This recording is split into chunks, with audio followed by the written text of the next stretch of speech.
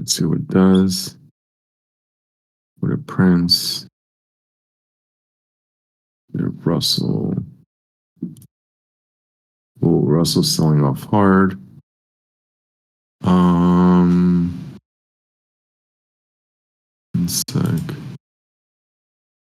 I don't think it'll get there, but if it does. Major. Yeah, if somehow we get here, we'll buy it. 24.4. If we get a 24.4, I'll buy, but if we don't get to 24.4, I ain't buying.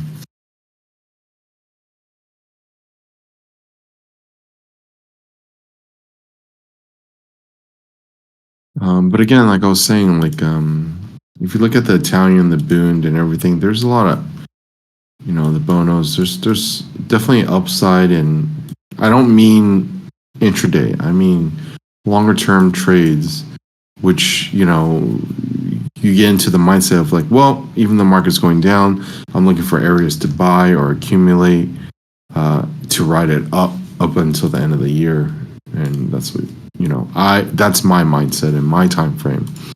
Now everyone has a different time frame and mindset, and that's something that you need to kind of figure out what to do. I am long. God dang it.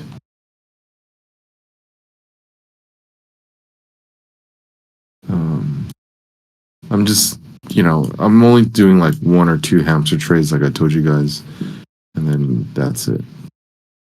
So I want this long too. Do I want to uncheck?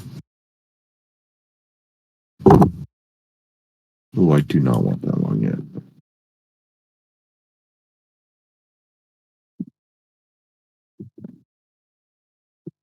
Yeah, I don't.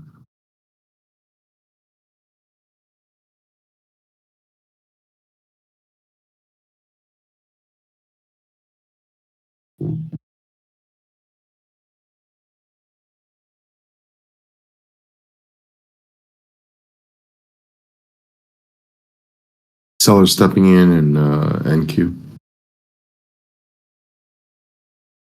Pushed to nowhere.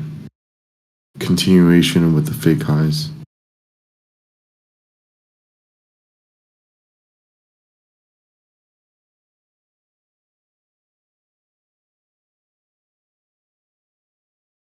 Buyers were able to push new highs.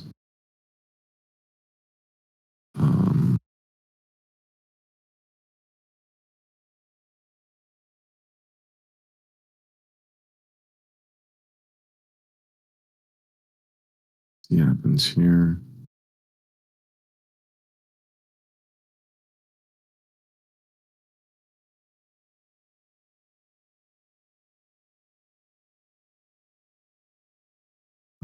Target for NQ would be probably like 31.25 or something like that.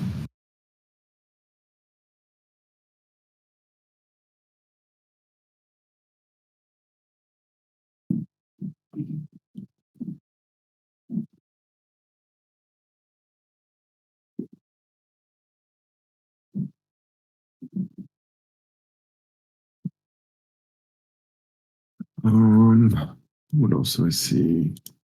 I don't really love the NQs, but ES looks good even though it's not breaking. That is a imbalance to the high side as of now. Crude is posting real highs, which is good. Close to major level, potential pullback to O2s before coming back up. So if it gets to O2s, maybe I'll take a smaller position at it, but I've kind of burned two of my hamster trades for the day. Well, burn as in I'm in it right now, so I don't really want to do anything. You don't want to overtrade any of this environment. It's crap.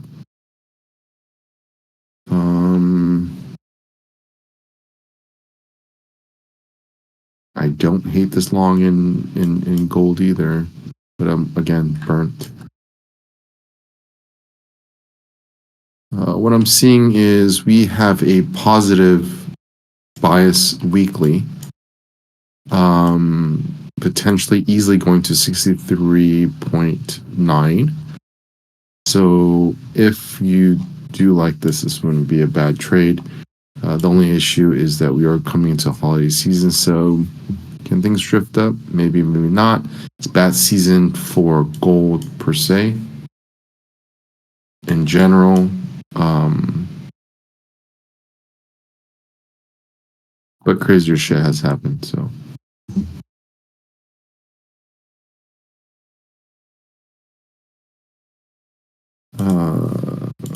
first section NQ is gonna be 31.25.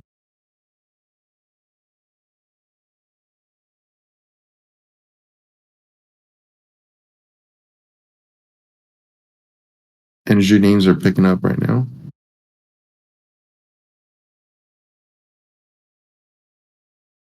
Let's go ahead and take a deeper look in that.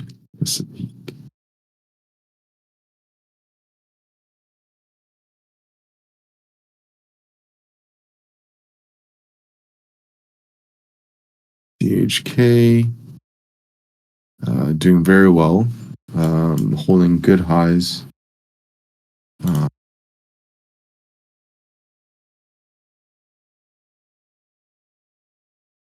Let's go. Enphase is not doing what it needs to be doing, but it's a lesser of the them.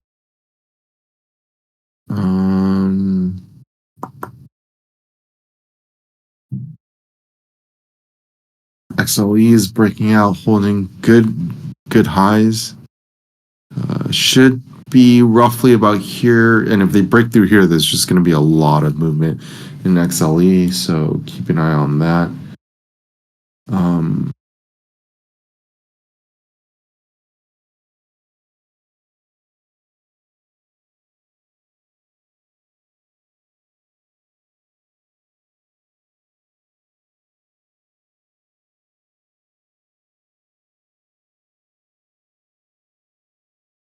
If you missed that entry for ES, you can look for possibly like 1225s to get long.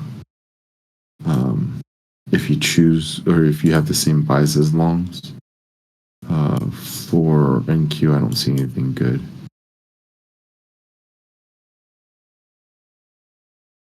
Crude's not back and filling. It's just kind of saying buy. Initially, we're looking at 01s or something like that, but it never came back. It's refused to do that, which is fine. I mean, I still could. Probably talking to myself, but yep, monkey butts. I'm looking, I'm watching it. I didn't hear what you said. Lizard titties. Lizard titties. I don't know. Seeing who's listening. What a flirtatious move by the Russell.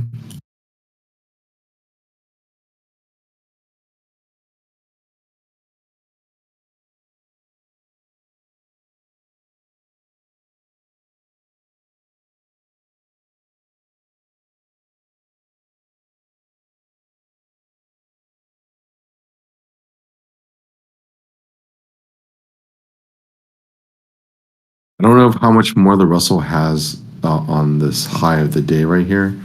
I'm looking at possibly 46 even, but let me just double check that as an area of exit rather than, you know, holding. Yeah, I think we're getting close. Yep, we're getting really close in the Russell where, you know, you should be careful. I would say about 46 even. It could be even that right there. That's a fake high right there, plus a level. Yeah, maybe 46 even. Just be careful. Watch the price action out there. if you're long the Russell. I am not.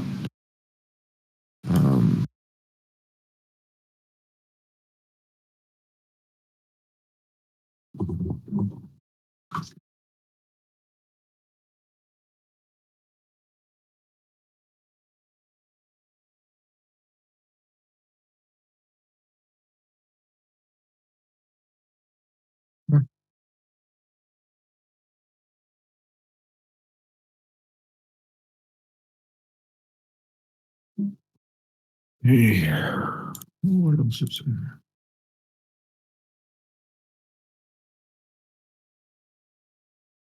It's straight, John. I don't know what you did. I'm just happy that you made money. So there goes that big drop in the Russell.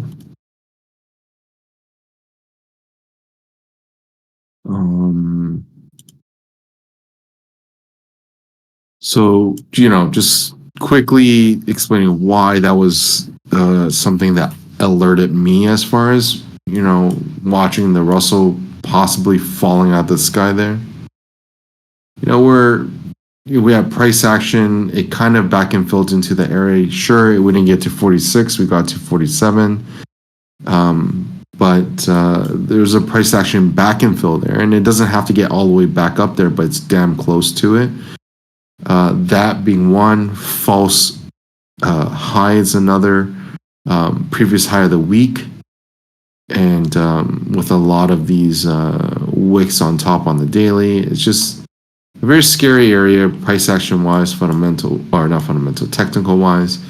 So, can I still go up? Fuck yeah, I can. But, if you're trading that, if you're long or whatever, you kind of want to get your trigger finger ready to exit.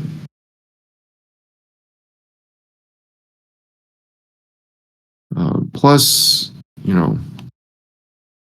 the bonds are actually back and filling as well, based on price action, and it can collapse any single time as well.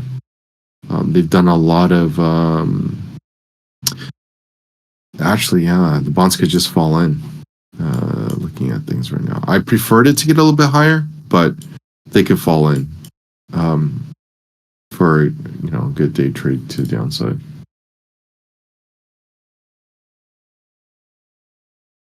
Let's check. Let's go through rotations.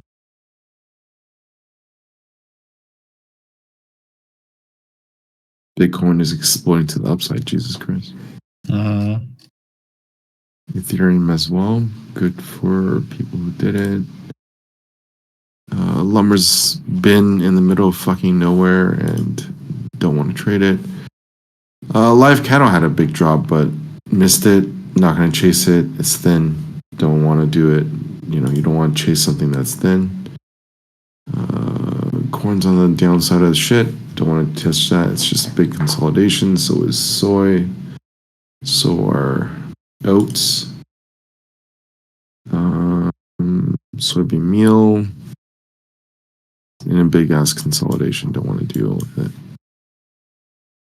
Wheat was something that I was interested in, specifically Kansas City wheat.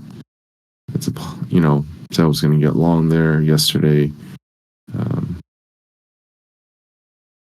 didn't find the right contract I wanted to trade, so I didn't do it.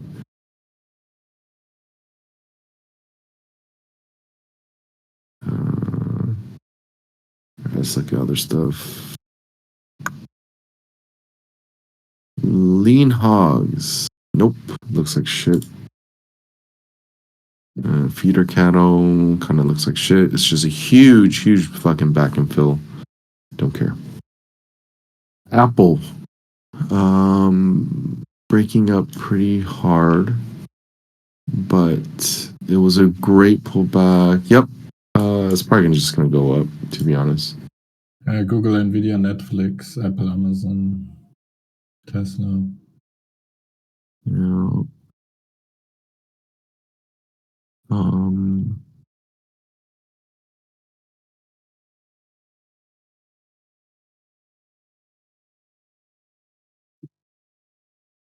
SPY is doing the same as the last 2 days. It's going for 75. Amazon's going to have trouble here. Let me see. Yeah, Amazon's going to have a little bit of trouble here. definitely needs a big push for them to continue to the upside. Same with Tesla. So Tesla, you want to watch, roughly about 260, maybe 259. If it rejects that, then they're going to do a decent back and fill, probably all the way down to like 240s, maybe 241. No, 240 and a half. So you kind of want to watch that 259 area in Tesla. Google looks sexy, man. Google looks sexy. Good for my sister-in-law.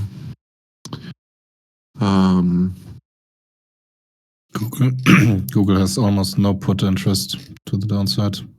None. It's completely skewed to the upside. It's crazy. Meta needs to really break this. Let's just call it yesterday's high. It needs to break it and break it hard. Otherwise, it's just going to stall and do nothing. So we're not interested in that. Mr. Gates. Mr. Gates is doing nothing. Middle of nowhere. Same thing with NVIDIA. I don't think it's really anywhere. AMD, you got to be careful with that price action. It kind of, did a rejection. Now the question is, are we going to go back up and test it perhaps tomorrow? That's something that's going to be interesting. And if it doesn't, it's probably going to back and fill all the way down to 124.85.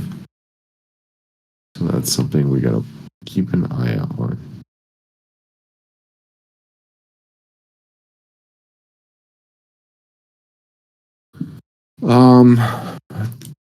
If we get there, I will take 2 off at 2150 and NQ. If we get there.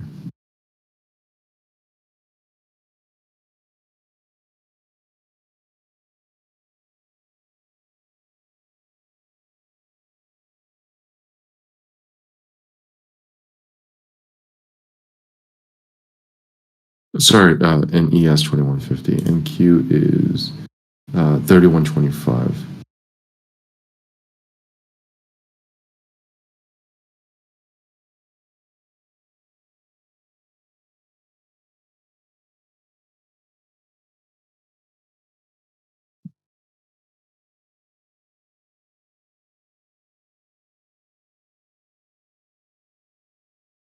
Um, 2950. Yeah, actually, it's gonna be 2950 is where I'll take it off. I'll take off 2 at 2950.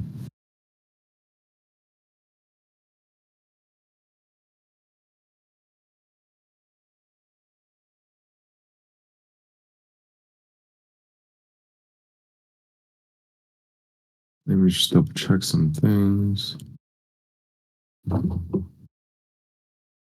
Don't love the high in NQ, quite honestly, but we'll see what happens. I like the high in ES, so that means there should be more upside to that. We'll see what happens.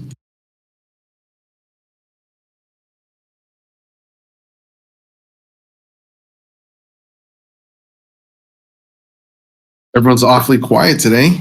Did we get to 410 on the Qs? Stop talking. What? Sorry, I'm just joking. What was that? Did we get to what? 410? Did we get to 410 on the Qs? No, right? No. I don't really look at the Qs.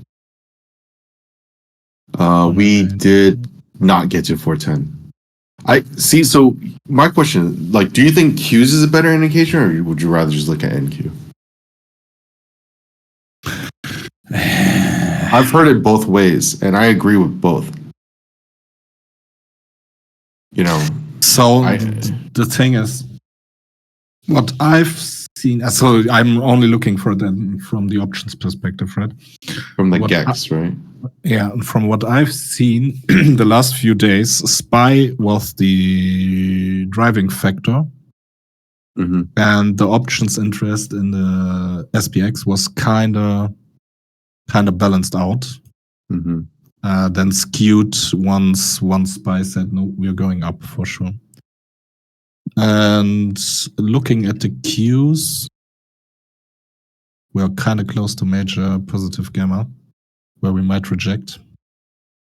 Where are we rejecting the Qs? 10s? For 10s should be the maximum. Pretty high up there, dude. Or it's not high, but it'll be a new high, like a new high. Is that what you're telling me? We're gonna go new high? We're gonna get some new? From what I can see right now, it looks like that. I think even, how's Russell looking?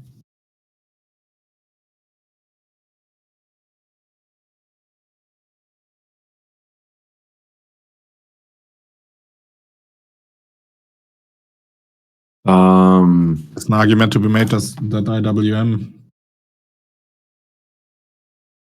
Say that one more time, please. There's an argument to be made that IWM holds here and goes up. Okay.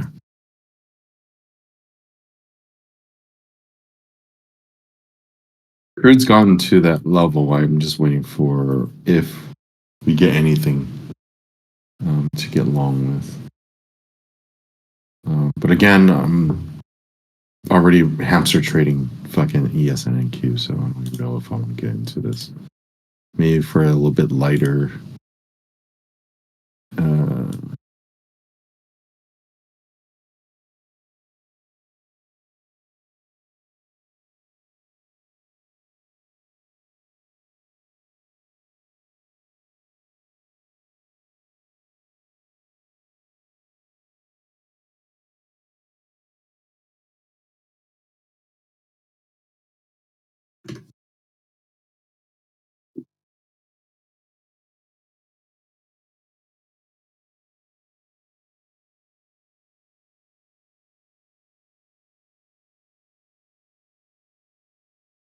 We can get up to like 77 or so.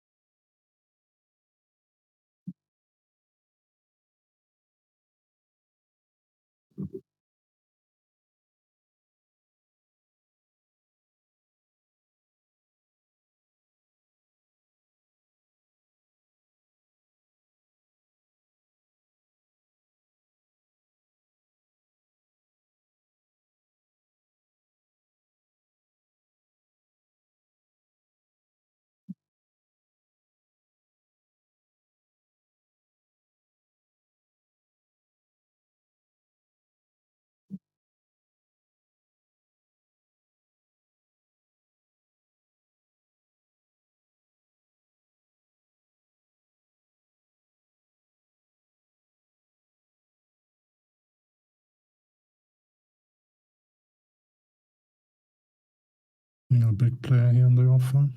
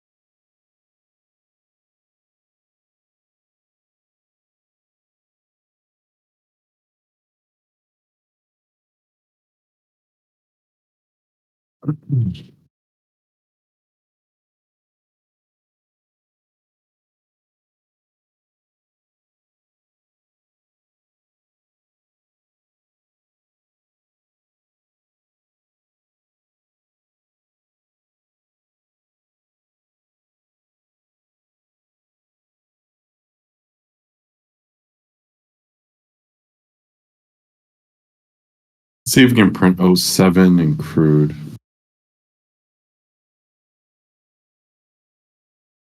There we go.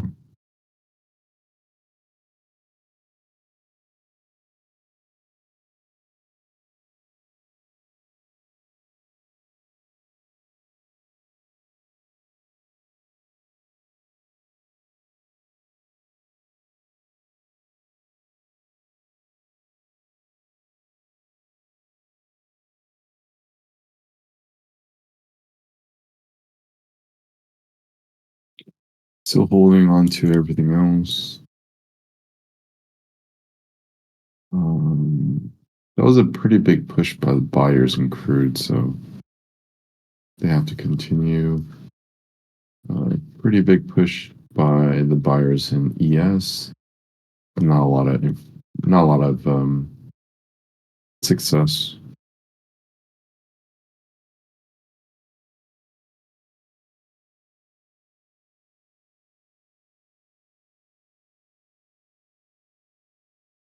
The fake high in Q2.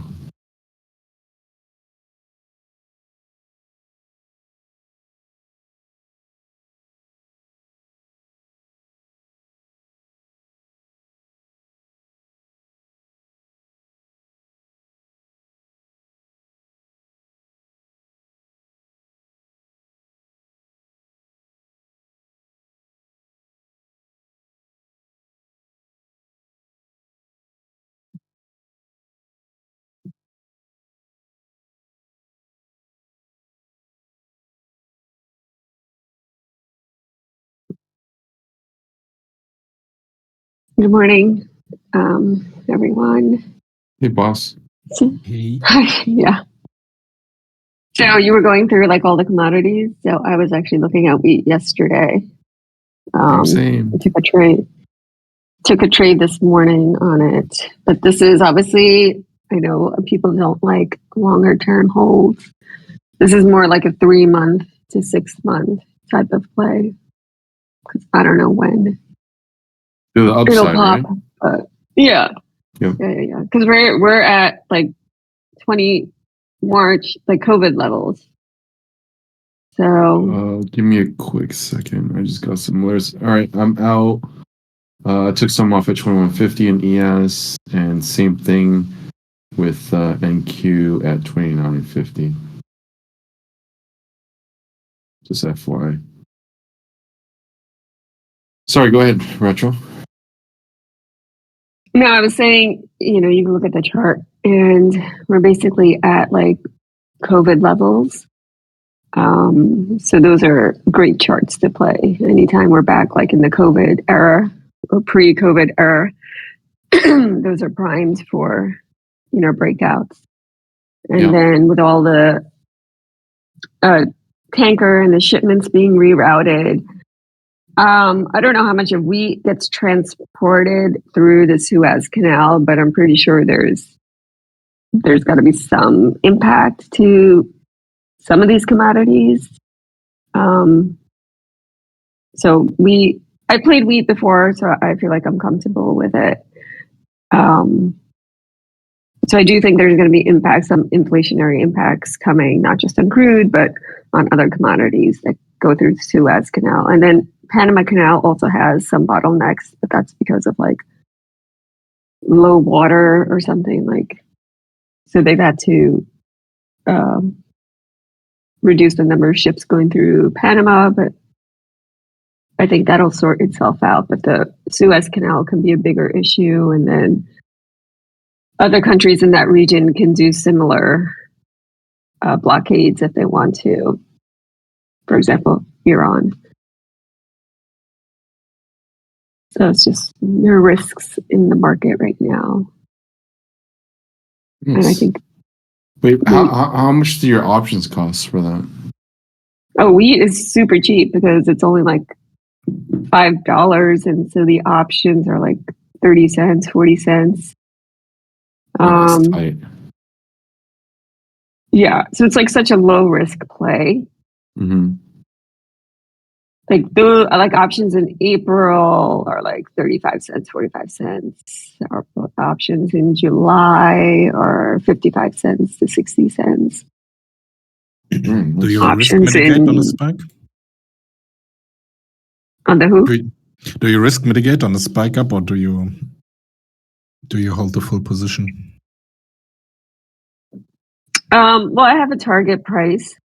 So you see like that line.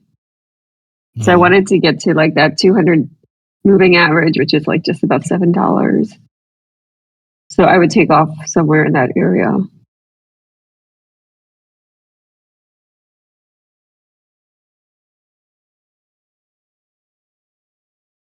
This is like one of those sleepers nobody pays attention to, and then all of a sudden it comes out of nowhere. When I used to do sports betting a lot, I used to bet on all the smaller schools like Appalachian State or some fucking weird, like Pacific U or some shit like that, because people don't care about those. So there's always this big discrepancy in the score or the line or whatever it is, and you just take advantage of that shit, right? Right.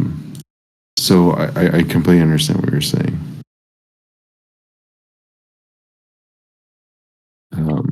Azusa Pacific, stupid shit like that. Right. Yeah, it's always best to play like the oddballs. Yeah. When you can find. And it's a good chart. Obviously, it could go sideways for a while before it does anything.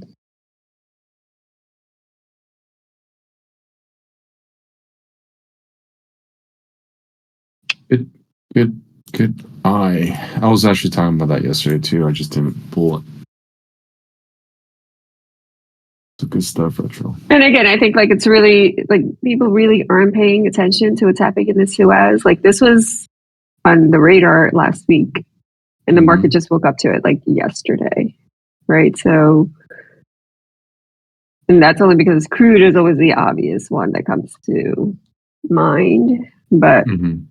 these are like major shipment, like the Suez Canal is like a major canal connecting, like, I don't know, shipping routes, but you can just imagine how critical that area is just to get from east, and all the way into Europe. So again, Europe is going to suffer like they did with the Ukraine war, um, through all these commodities being rerouted.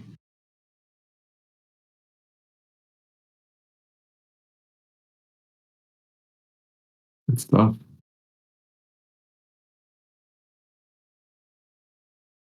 Ooh.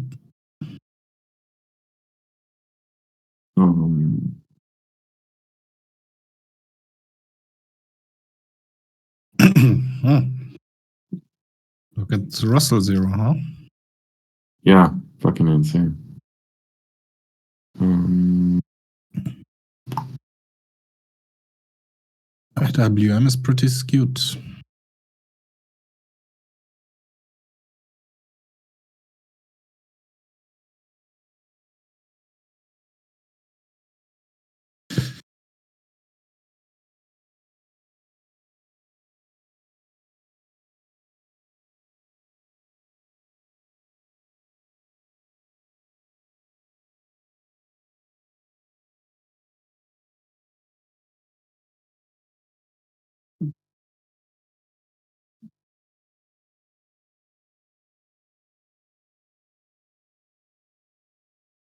I'm gonna take off my crude, I think. No, I'm just gonna bring it to break even.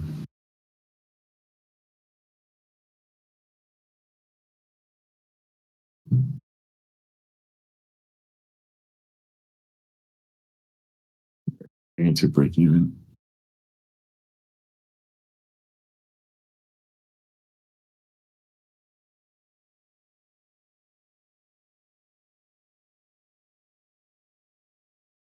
I still got 2 on each on ES and NQ. I'm just gonna let them run. See if they run.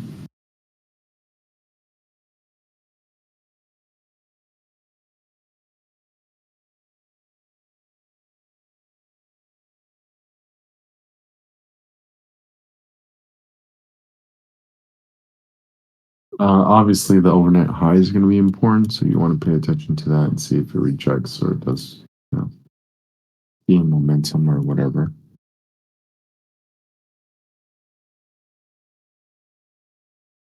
How's your side business going, Metro? Um, it's going well. I mean, I'm working with somebody on this idea, which I'll share at some point, but it's just too early right now. Yeah, but isn't it like is it trading related or just? I feel like it's markets related. It's Okay. not, well, let me put it this way. It's not day trading. Yeah. Okay, that's cool. And I think we could do a couple of different things with it in Yeah, the long run, which is That's- not, again, it's just not day trading. It's not an alert service. It's not anything like that. It's much, much bigger picture. Does it Um, involve AI? I mean, I think at some point, sure, but I don't know AI. So, like, Okay. I don't know these things, but I could always find someone, right? I'm much more of a strategic person. And my friend, she's an entrepreneur. So she's already started a company and has raised money and is actually looking to exit her company right now, which is why she wants to transition to something else. So I feel like we have very complementary skill sets where, she's got the VC side and has all that connections and has raised money, which I've never done, but I can obviously, the two of us together just have like a very like our combined skill set, I think just makes a lot of sense for us to partner up and build something.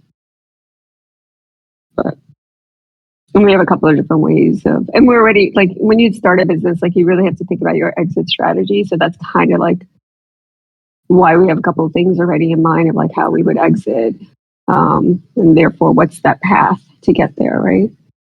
And it's not an alert service. It's not any of that sort of thing.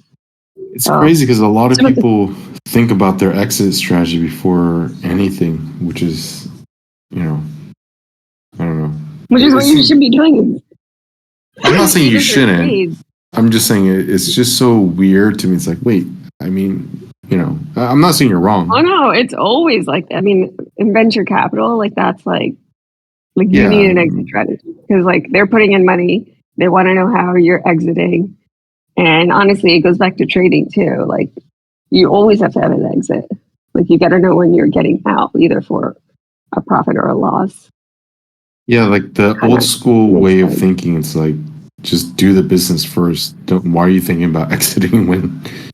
But I get I get the new way of thinking. Like that's what if you don't have an exit strategy, then you don't know who you're selling it to, and so on and so forth. Yeah, like you don't know what you're working on. I mean, I get the argument the other way too. Like, are you putting the cart before the horse, right? Type of thing.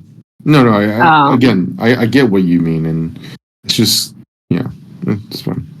Just thought it was funny. It's like exit strategies. It's like you don't even make money. What do you mean exit? Like you don't even have a business. Like what are you talking about? Yeah, my friend who owns one of those sports gambling things.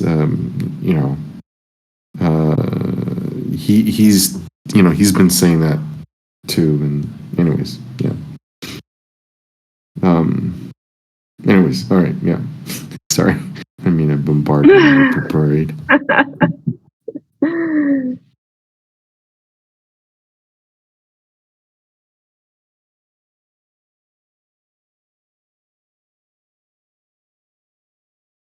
Cool, man. Excited for you. Hopefully things work. Yeah, and I think we'll just see how it goes. Obviously, like there's nothing right now, but I think someone that's already started and built a company, and I mean, she's raised millions of dollars for her business. So it's not like some amateur. Do you feel like VCs are just playing ring around the rosy? It's like a Ponzi scheme, basically. It's like literally everything is a Ponzi scheme. The stock market is a Ponzi scheme. Like everything is a Ponzi scheme. Yeah. So you just kind of have to play the game, understand it. Yeah, know when to hop on and when to hop off. You never stay in it long enough, right? Like, yeah. I mean, obviously the market's always going to go up. So I think you could hold on to something for 30 to 50 years and you're fine. But if you're talking about like a concentrated bet, you got to know when to come in and out. Like we both know a lot of people in finance, and when they tell me, I'm like, what? It sounds like hot potato. And they're like, yeah, kind of. I was like, dude, I played that when I was a child. They're like, yeah, you would have been good VC. I was like, no. But anyways, it was funny. I was just like, oh, okay. And that's where the most outsized returns are going to be is if you can enter early stage. That's largely what my family office is now transitioning to, is focusing on early stage companies, which eventually are going to go public or be bought out. Mm-hmm. There's significantly more upside there. Yep.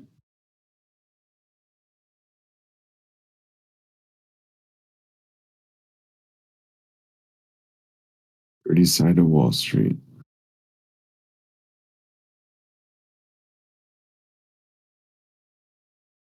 Oh.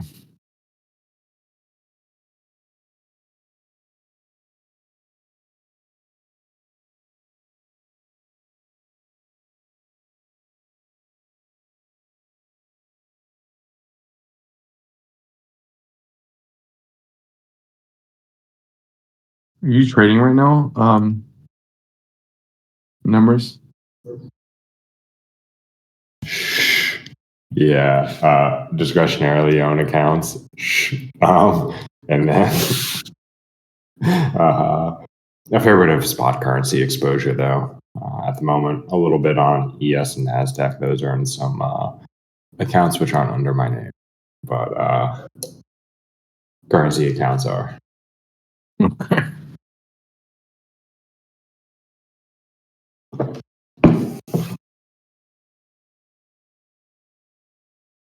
I'm dragging up my stop loss in NQ to 0875 because I'm probably not going to want to monitor this.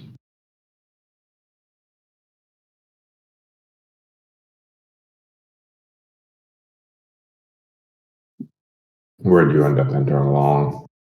I'm assuming 700 or sorry, 970s. Yeah, right. 986.50. It's not too far off.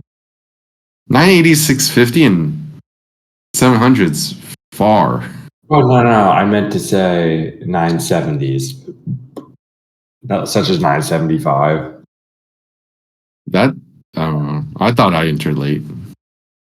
No, I enter pretty damn late, I think.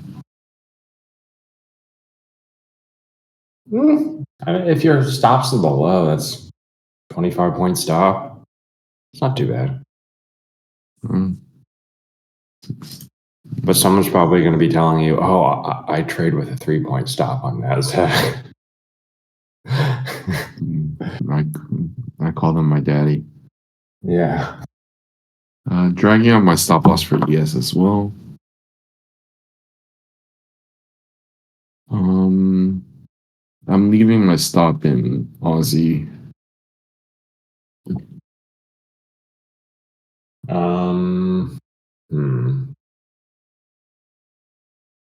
I didn't know that.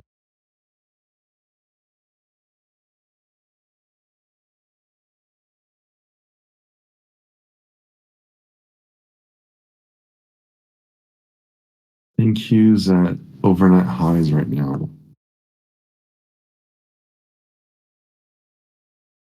So that's a consideration if maybe.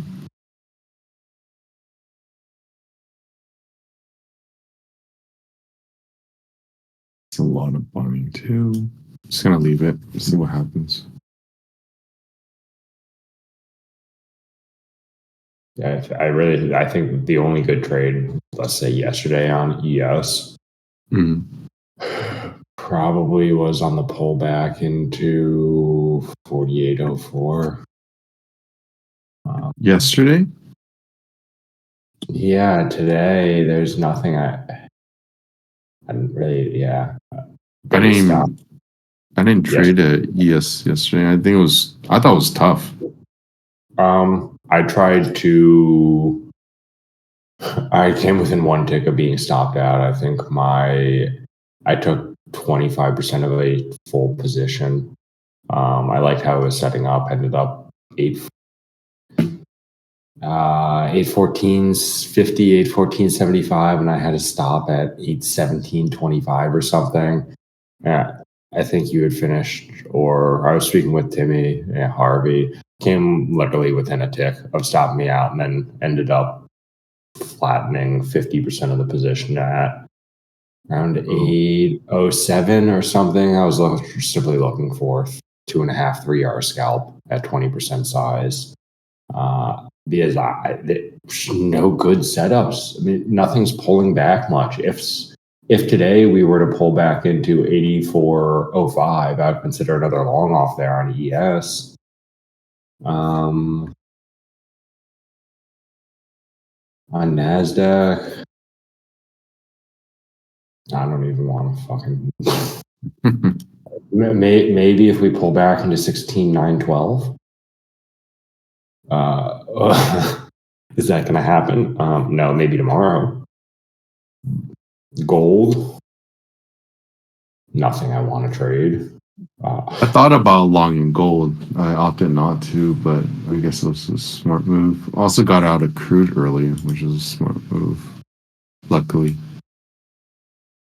it doesn't look pretty. No.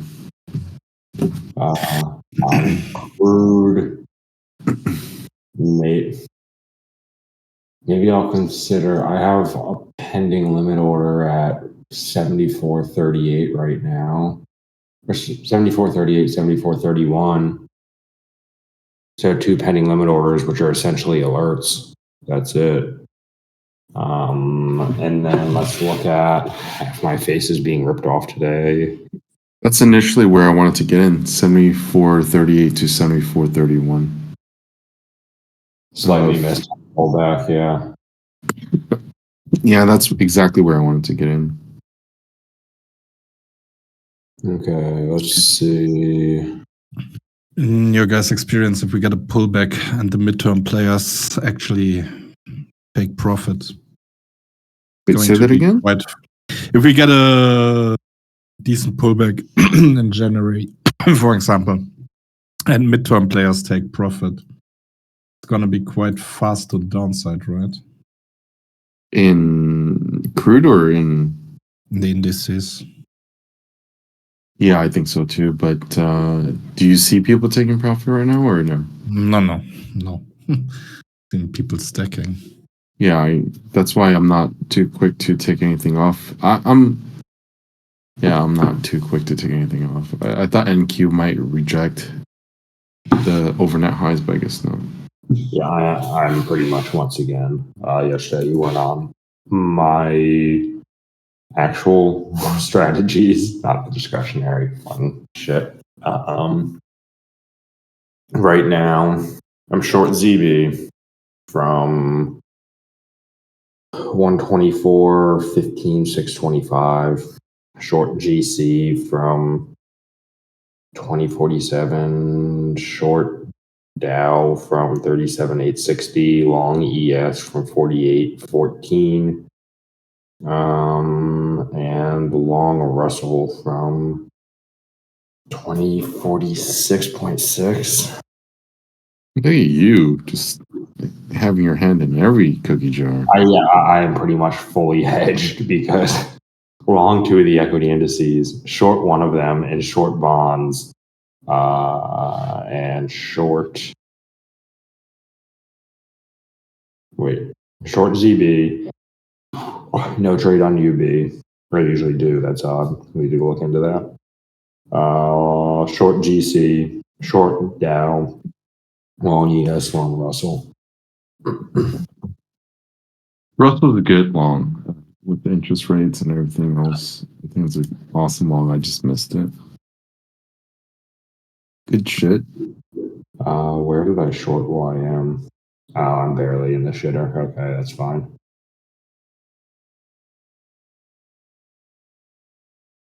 Down. Where's my stop?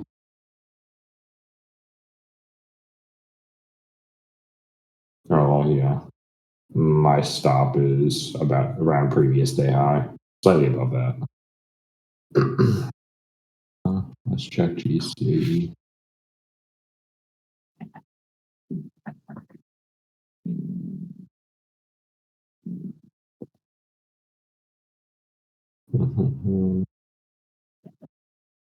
Oh, wait, shit. Sorry. I am short gold. I am not long gold.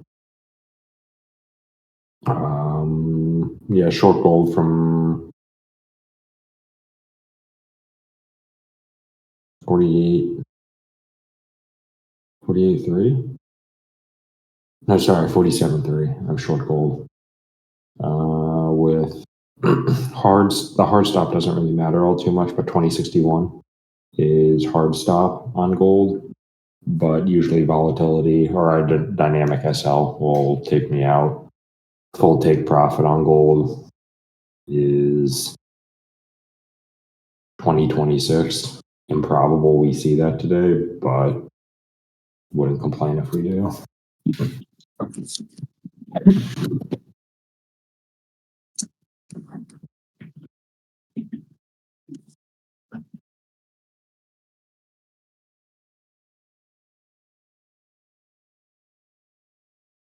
What's the time horizon you're measuring realized volatility, by the way, on your on your real setups?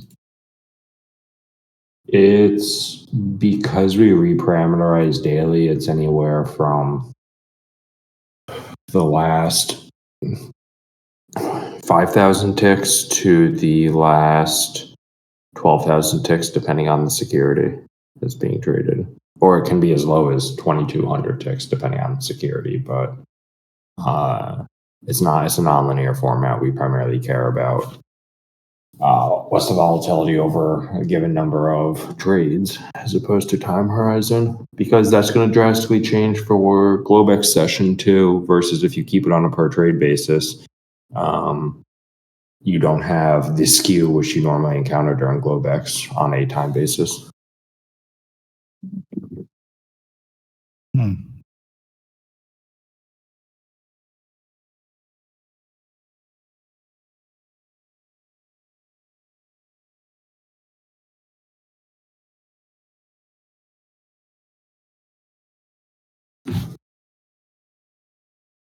It is unfortunate for most individuals in the US. There are very few good options for trading currencies. You really are stuck with Oanda or Forex.com unless you have over 8 million in an account with IBKR to trade spot currencies. You can't do FX? Forex? Wait, you said Forex.com, right? Yeah, the only two options, unless you have over $8 million sitting in an account with IBKR, are going to be Forex.com or Oanda. Yeah. Fortunately.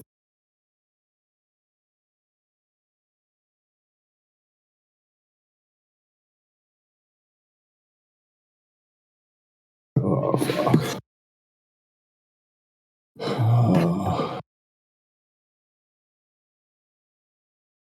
I flew in late last night to visit family, and Oh, you call her family now. That's nice of you.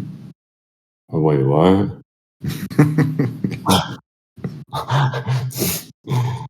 No. Wait, did you say her? Yeah. Yeah, no. So decided to, I don't know, I have mixed feelings about it. Decided to rent a Defender because they had a brand new Defender with 700 miles on it or something.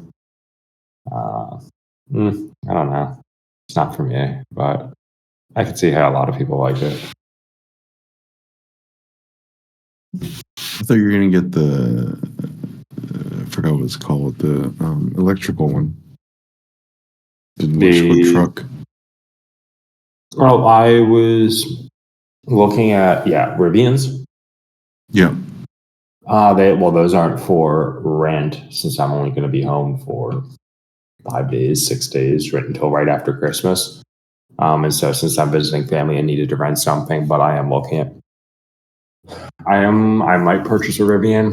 What's available right now are the trucks. I don't really like the trucks. I like the SUVs, but they're offering some pretty appealing incentives. So maybe. However, I like EVs. They're great. I like my Teslas, 100%. I do miss an element of the convenience of a gas car where it takes 2 minutes to charge. I mean, granted. Okay, yeah, I charge at home primarily, but if I forget to charge, I forget to do this or that, and then I have to go sit at a charger for 35 minutes, 40 minutes for a full charge if I'm low, or if I only want 120, 140 miles. Okay, great. That's 10, 15 minutes. The convenience of literally pulling up to a gas station. How cheap gas is right now, too, in Colorado. It's $2.38 a gallon. Oh, what the fuck? That's cheap. I know.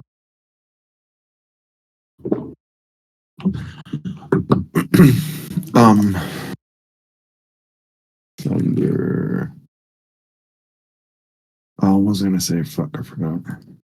Yeah, I don't really like electrical cars either, EVs. But you can get the true hybrid ones. A couple companies offer plug-in hybrids. which Colorado still gives you the federal tax incentive. I think there are a couple BMW plug-in hybrids. A few other companies I think offer them, but at that point I'd rather go full gas. Literally and figuratively full gas. Let's see. Yeah, plug-in hybrids really never made all too much sense. It barely adds any range.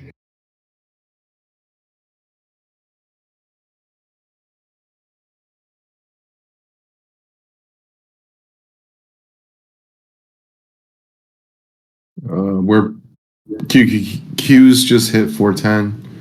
I'm getting close to an exit area where I want to get out.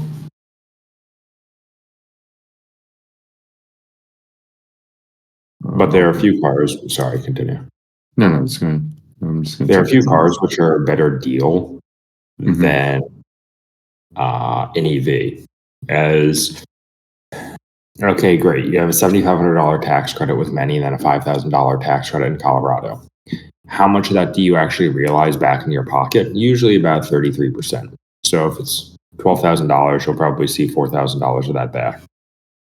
However, if you lease an EV, they directly apply that to the credit or to the residual balance. And because they apply it to the residual balance, you realize that $13,000 or $12,000 off the car immediately. And then you can buy out the lease with already seeing a reduction in price of $13,000. It's a really damn good deal. And especially if you're negotiating down the MSRP, let's say MSRP, there's a lot of excess inventory of Porsche Taycans and whatever. It's pretty common to see about 8 to 10% off MSRP. So let's just say $100,000 car down to $90,000, and then you have $12,000 in federal and state credit. Okay, great. Now you're down at 78,000. You're already 22% off MSRP, and most of them apply a residual balance to those cars over a 36-month lease of about 0.55 or 55%.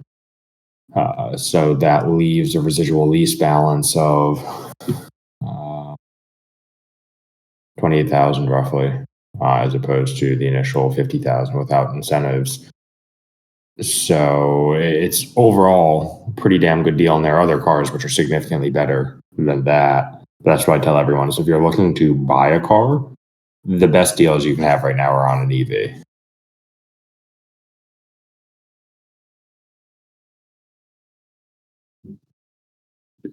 I don't think California still has that, do they?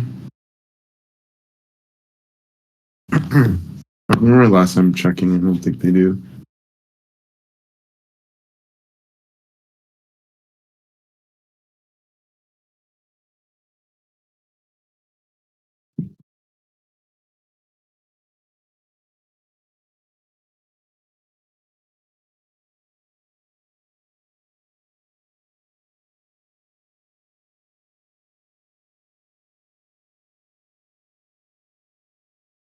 I'll be right back. I need to go grab another energy drink. Hold on.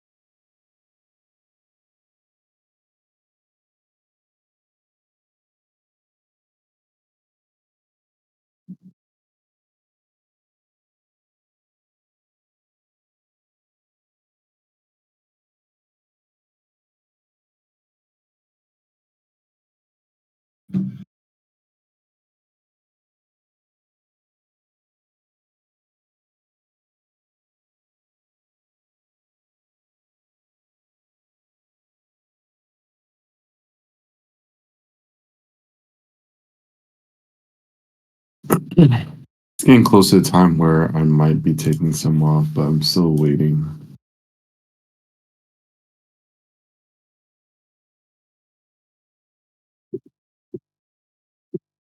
Yeah, I have some sign on SPX, but not on SPY. QQQ. QQQ, I'd actually think about getting out. Yeah, I'm eyeing it right now to see if I want to get out. Still haven't had my alert to get out, really, but sort of an alert, but not really.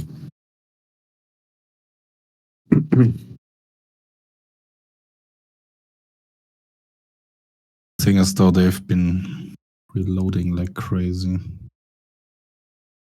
past couple of days. So you might actually just get a small pullback and then continuation. Possibly. So far, a decent day. Let's see what happens.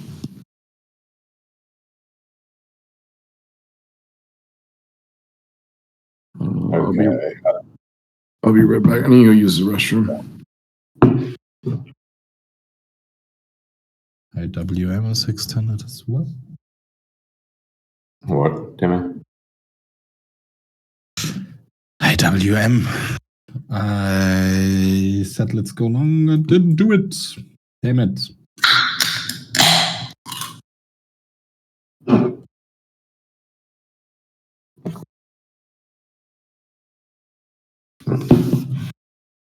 Open 230 ticks.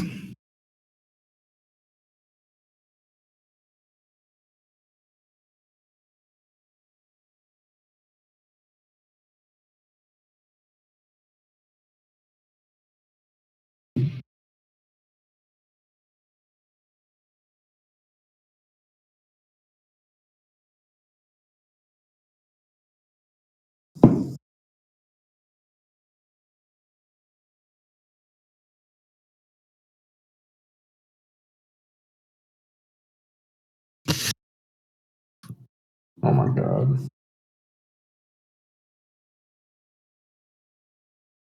Everyone on my team yesterday was bitching and complaining when cycling of, oh, no one's keeping the gap, no one's maintaining their speed, and they were complaining specifically to me about it. And shut the fuck up. I'm putting out more power than all of you. Fuck up.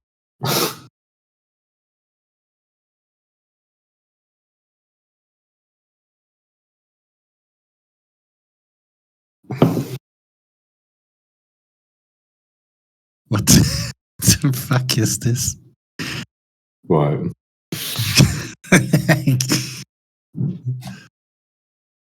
The favorites. Out of curiosity, I don't know if many of you see this with your friends. Are people really that miserable where they take casual sports as an adult far too seriously? I mean, I see it with their sports teams, but they treat the competitiveness, because I guess they don't have another outlets of pleasure in their life. They treat it as if they are a professional in it and they're not simply enjoying it for the purpose of enjoying it. I find that odd, because since I transitioned away from highly competitive national and international competition for tennis and hockey, I couldn't give a flying fuck about being competitive with most people. I just show up to play. Granted, I won't play hockey or tennis anymore unless it's actually a good workout. But when it comes to cycling, I don't really care. If I have a good workout, I'm happy.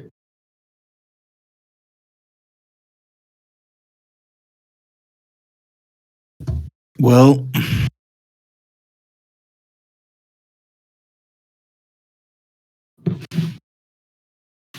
it all depends, I guess.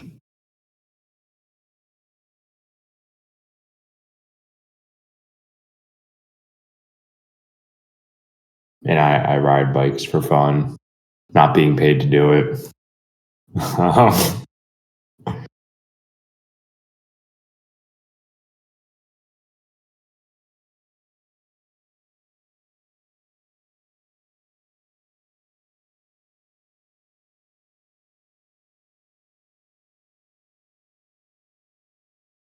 Hmm.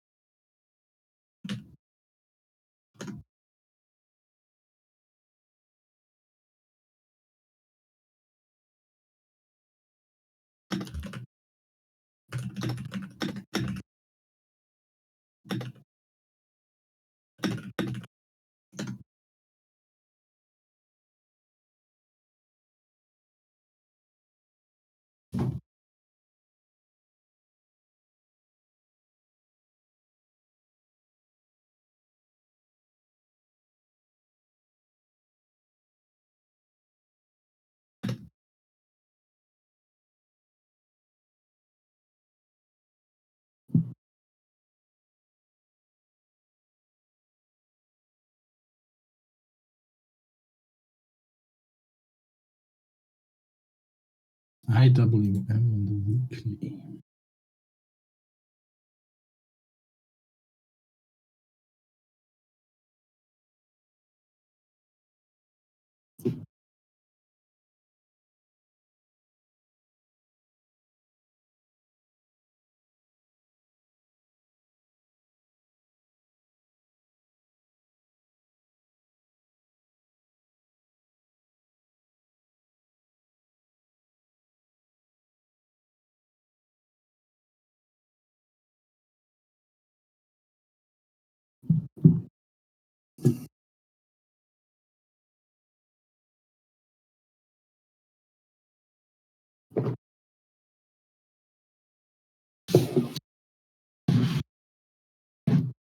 Oh, jeez. When I return to Denver next week or the following week, I'm going to meet up with my Uber driver for coffee. Jeez, what is life?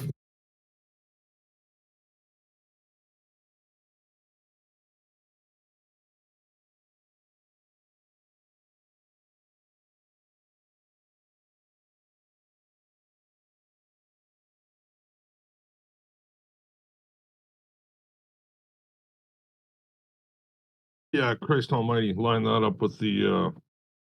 Yeah, that's awesome. What? It was just the way the crude. I know I use TradingView and my volume profile is a bit fucked, or maybe it's not. But anyway, I've got a 3-year volume gap, and like these volume gaps,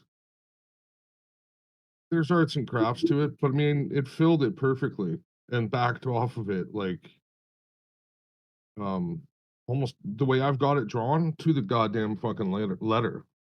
Um,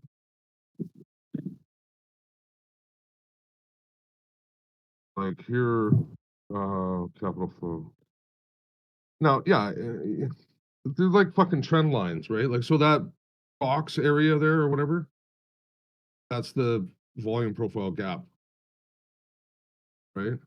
And then I just usually put these lines on, and what I've done is I'm just starting to label them.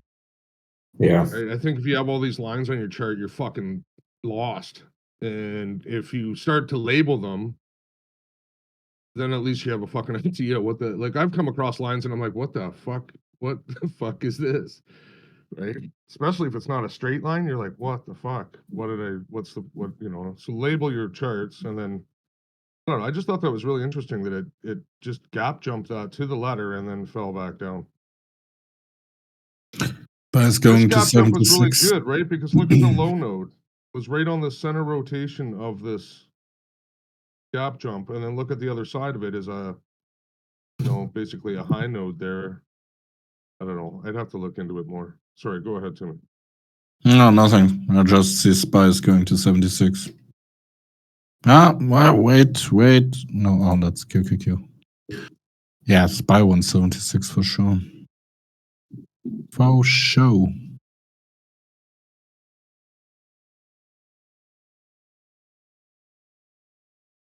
Here's IWM.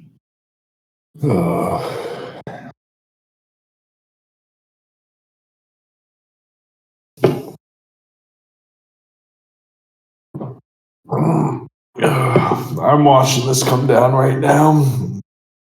On crude, maybe I'll have.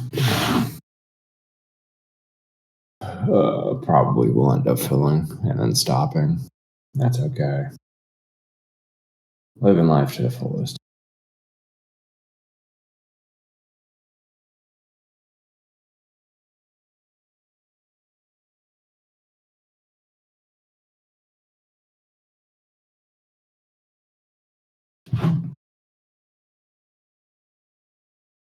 Oh, Zero, you missed out yesterday.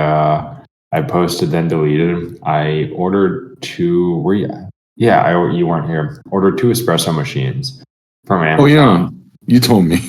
Yeah.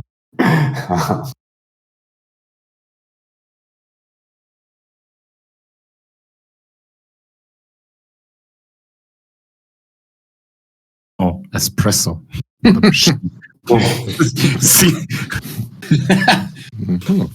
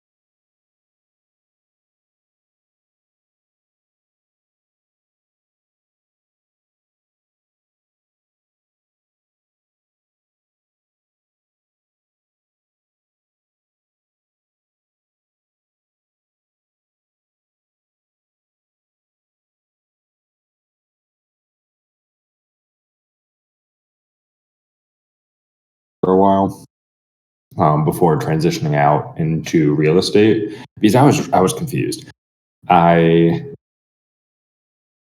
Since I had to go to the airport, the Uber that said it was picking me up was a 2021 Tesla Model S. And I was like, wait, what the fuck's going on?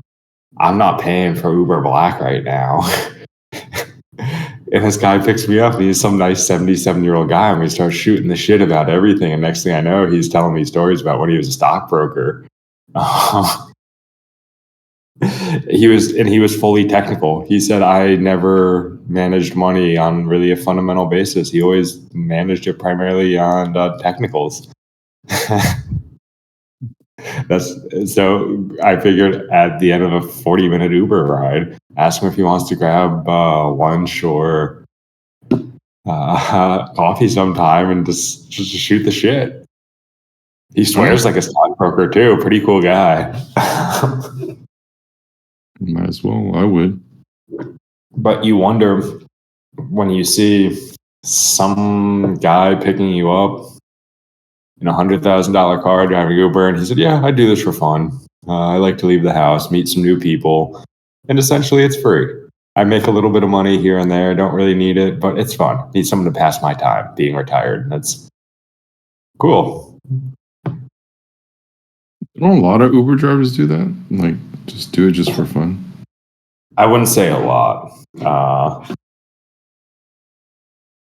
As I would say some, most definitely, but a lot of do it. It really is a part-time job where Mm. they need the money. But I never thought I'd be meeting up with my Uber driver for coffee or lunch, something to shoot the shit about. Financial advice. Yeah, his stories of when he was a stockbroker. And he was born in 1947. Yeah, he was born in 1947, and he started. He was a stockbroker from the 60s into the 90s, and it's fucking wild times. Pretty hilarious, actually. So he was on the floor of CME for a while because he was trading. Richard something. I can't think of the last name. But he was trading commodities, and that's why we ended up on the discussion of technicals.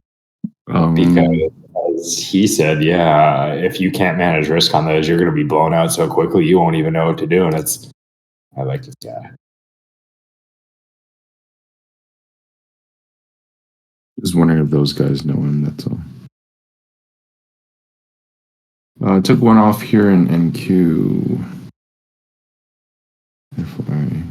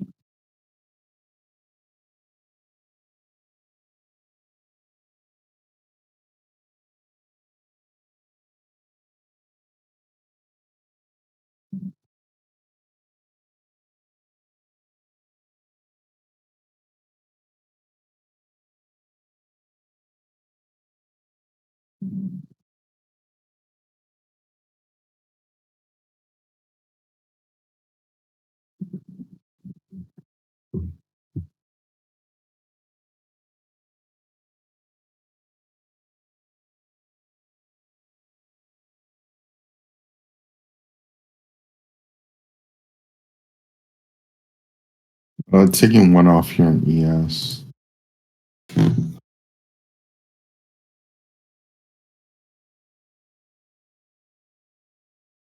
I thought my data was frozen for a moment because crew was barely moving. It is actually not doing shit, huh? Yeah, it abruptly moved down, and now I still have my orders at 37 and 40. Where did you take one off? ES 0? I just took it off at 24.25. No. Why? It's too early to tell. From my side, it still looks like a long. You're probably right.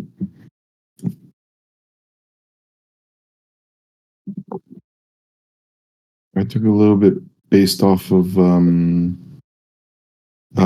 Hex. Do you know Hex?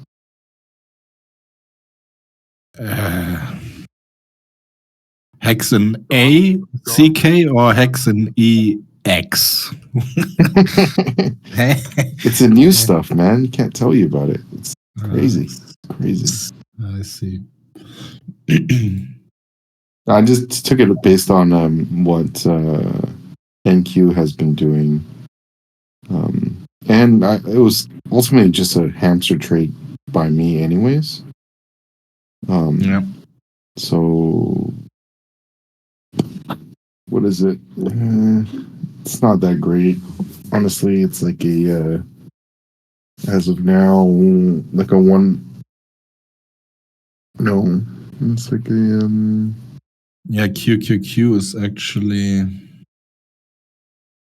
They're actually interested in 08 again. It's a 2R trade, so I just kind of took it off.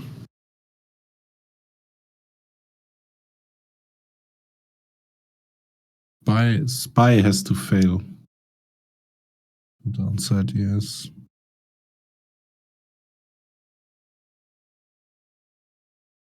Because SBX is not moving at all.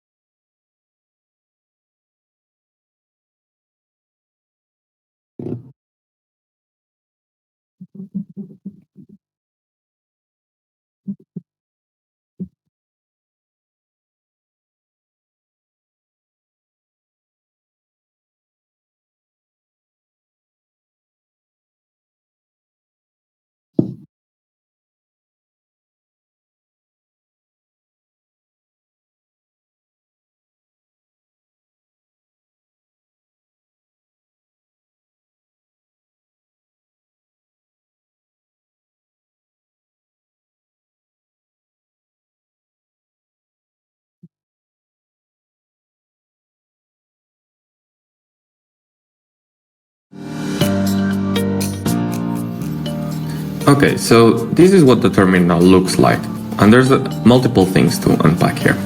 So each color represents a different command, a different prompt. So on yellow here, we just have information. This means that you cannot really interact with it. Light blue, for me, it means that there's a command. So that means that once you type that command, it will retrieve an action.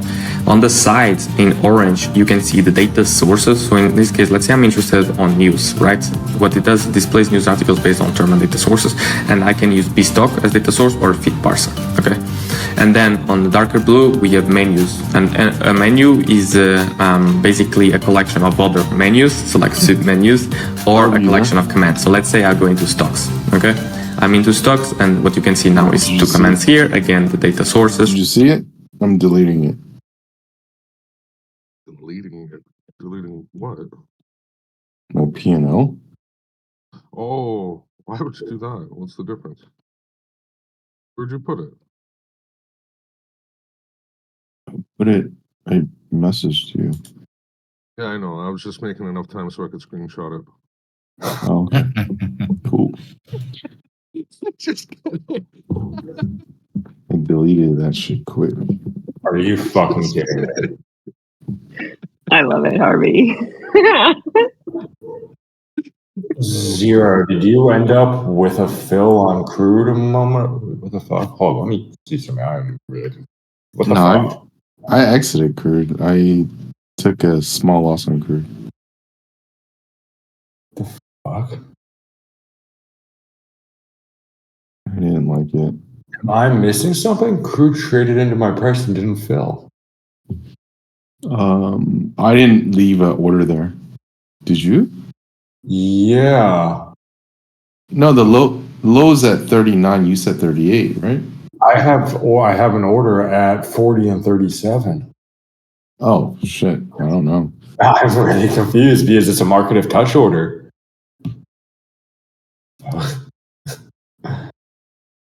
Sounds like some risky business there. Yeah. The fuck? Well, no. If it was risky business, I would say, "Oh, I was filled." The fuck. I don't know. I was out long ago. I think I was out the second you got in the room. Okay. Yeah. Yeah. Because I'm looking. Now. I was long though, but so yeah. Yeah, I was looking to take a long off there, with an ideally a target around 75. For the day or No, for this was- swing. No, this was literally for 30-minute to hour long Oh, I trade. see. Okay. Because I think some of my guys have a target for like, I think it was a 77. Okay. This is considered like a parameter, wouldn't be which means holding that that it long. relies Or on me running a command in advance. So in this case, let me load Apple Right. data. And you'll see that if I prompt the menu again, now I have data from Apple loaded, right? This is a collection of commands. Now I have Apple data It was right there on too. me running a command in advance. Let me actually write that down. Whoa. Oh, wrong fucking. Yeah, interesting. Yeah, the order was there well before it even came down and touched 40 and 37. Oh well. Fuck. Wouldn't be surprised if it goes up and hits roughly around price target since I was looking for 60 to 65 ticks. Oh, fuck. Only if I could make this risky business and say, oh, yep, I was filled. Already, bottom ticked it. Already 35 ticks in profit, guys. Send a message to the Discord group. Okay, we have fills 5 minutes after. You're just not that skilled. Fuck these two. Yeah, You described my first oil trade, actually. That's why you're Risky's brother. Yeah, Yeah. sure. But I have pretty much almost exclusively transitioned for at least value trading. So in this case, let me 30 minute load time Apple frame. that relies on. I'm not really on my This phone is now. considered like a That's where all my parameter, setups which means that it relies on me running a command in advance. So in this case, let me load Apple data, and you'll see that if I prompt the menu again, and then I really primarily look at the now let me load Apple. It relies on me running a command in advance. So in this case, let me load Apple data relies on me running a command in advance. So in this case, let me load rather than simply letting a position ride out. Apple data. And how are you doing discretionarily? Like, have you been? I mean, everything is pretty much fully systematized where my alerts are pending limit orders set at session start time. Mm-hmm. So I have two setups. I look at a weekly volume profile. I extract that data. Well, it's start of a new week. Look for where 10% of the volume of the 10% of the point of control is the regions of interest in which I'm interested. That sets up a zone. If price is trading above it, the lower bound of that zone needs to be touched. That's where the pending limit order will be. If we're trading below the zone, then the upper bound of that region will be touched. I have a one touch rule. Once the zone A trade is filled, that zone is then removed. But that is my limit order or alert conditions where I'll simply put out a fishing order, fish for it, have it executed, then look for confirmation after the trade is executed where how is volume being traded there. And if volume is being traded, then I'll actually go in with full position. But I have a whole bunch of feeler orders out there pending. And the same thing works on a daily basis upon session start time, because I have a profile from session start time to session start time, essentially 24 hours. Well, 23 hours, but 24 hours, and then look for 10% of the point of control. That's going to establish a zone. I'm trying to better define it with how volume is distributed, but I will not, it has to be roughly within the 50th percentile of the daily range. So the low volume node should be roughly around the midpoint, maybe 0.4% or 0.6% from the high or the low. I'm not willing to trade a low volume node really at the upper or lower bounds, because that practically is just a mean reversion trade and you're assuming the market's going to be range bound versus continuations. So yeah, I mean, it's pretty straightforward. I would essentially say value trading, more or less. But let's be honest, it's another mechanism to manage fucking risk. I know where my thesis is wrong. I know where it's right. You're assuming that you're going to have a rejection of the low volume node and price is going to return to quote unquote value per se in a traditional sense. I find that works well for managing risk. And then from there, someone might inquire, how do you develop that further? And it's, well, I can't, this is the element, this is the discretionary nuance where I'm struggling with systematizing it.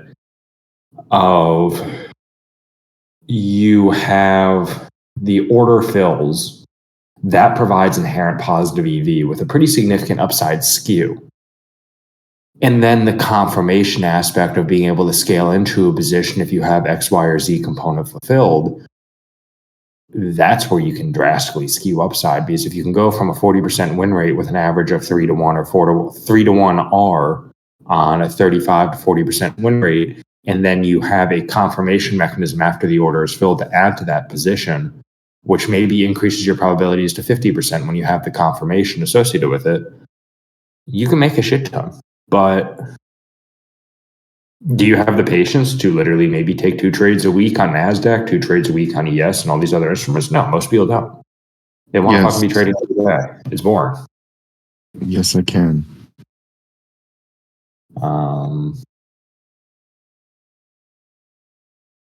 Let's see. And I see no issue with what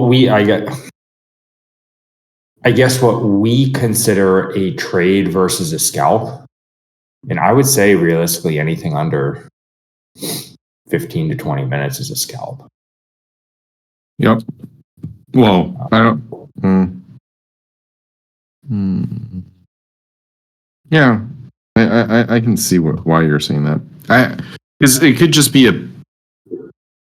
Well, yeah, actually, possibly. You'll see that if I don't prompt the know. menu again, I've had a lot of discussions regarding what is considered a scalp, and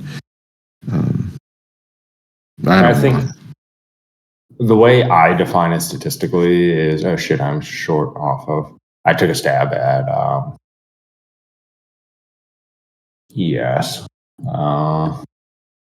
Average of 48, 24, 75. Stop slightly above the high. Ideally targeting 16. So that's a very small partial.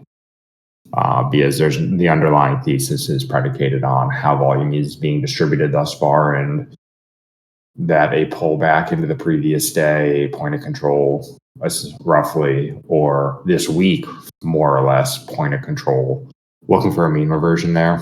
And I'm okay with taking 20% of a full position to scalp 3-1 and have that play out over the next 30 minutes potentially.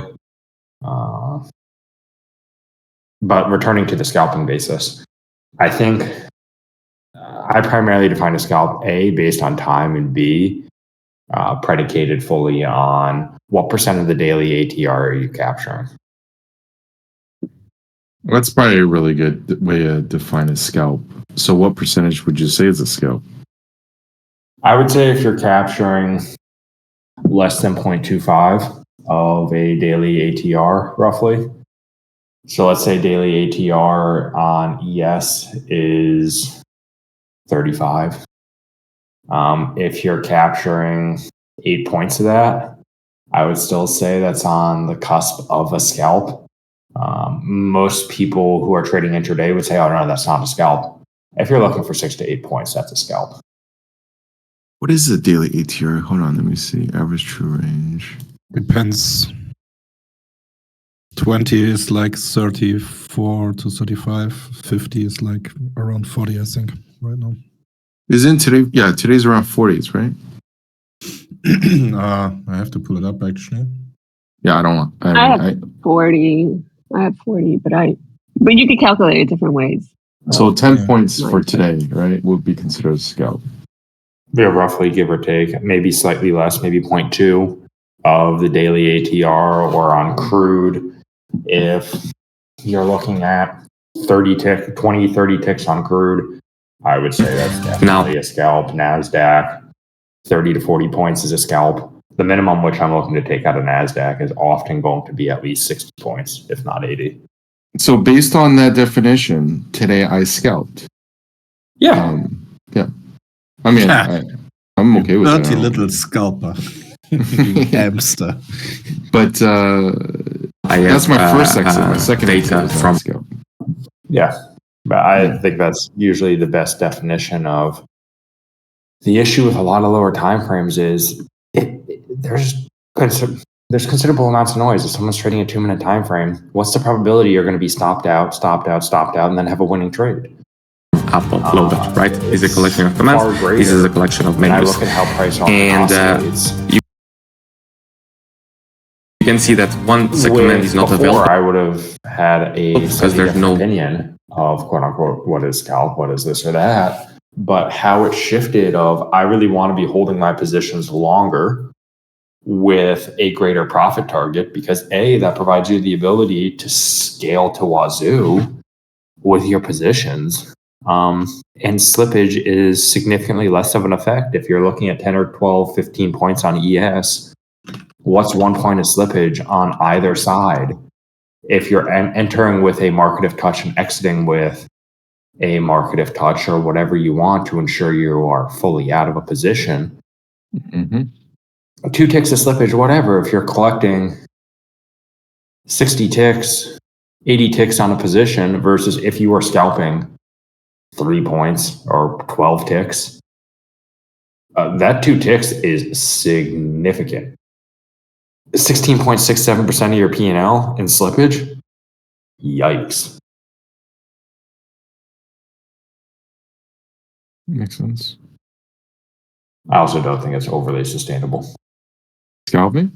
Or just Well, no, the traditional retail notion of scalping, of looking for 2 or 3 points on ES. oh. Even when I first started, I never looked for 2 to 3. That seems like very little.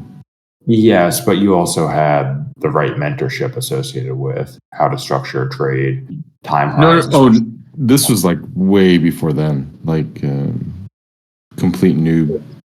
Oh, the days before micro contracts.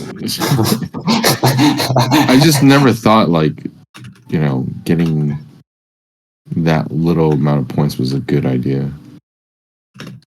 Oh yeah, I agree. Obvious how the R is skewed. However, actually, this would be an interesting survey. How many people here started trading before micros?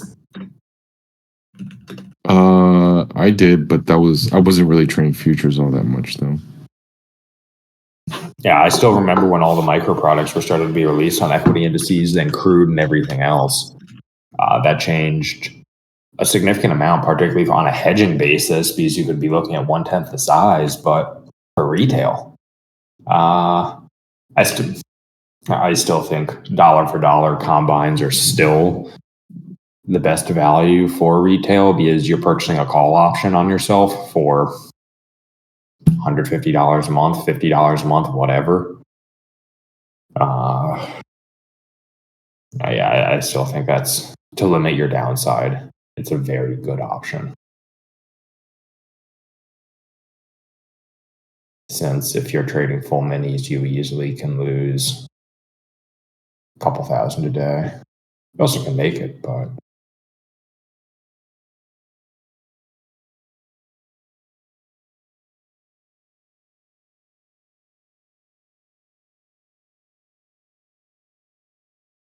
does anyone?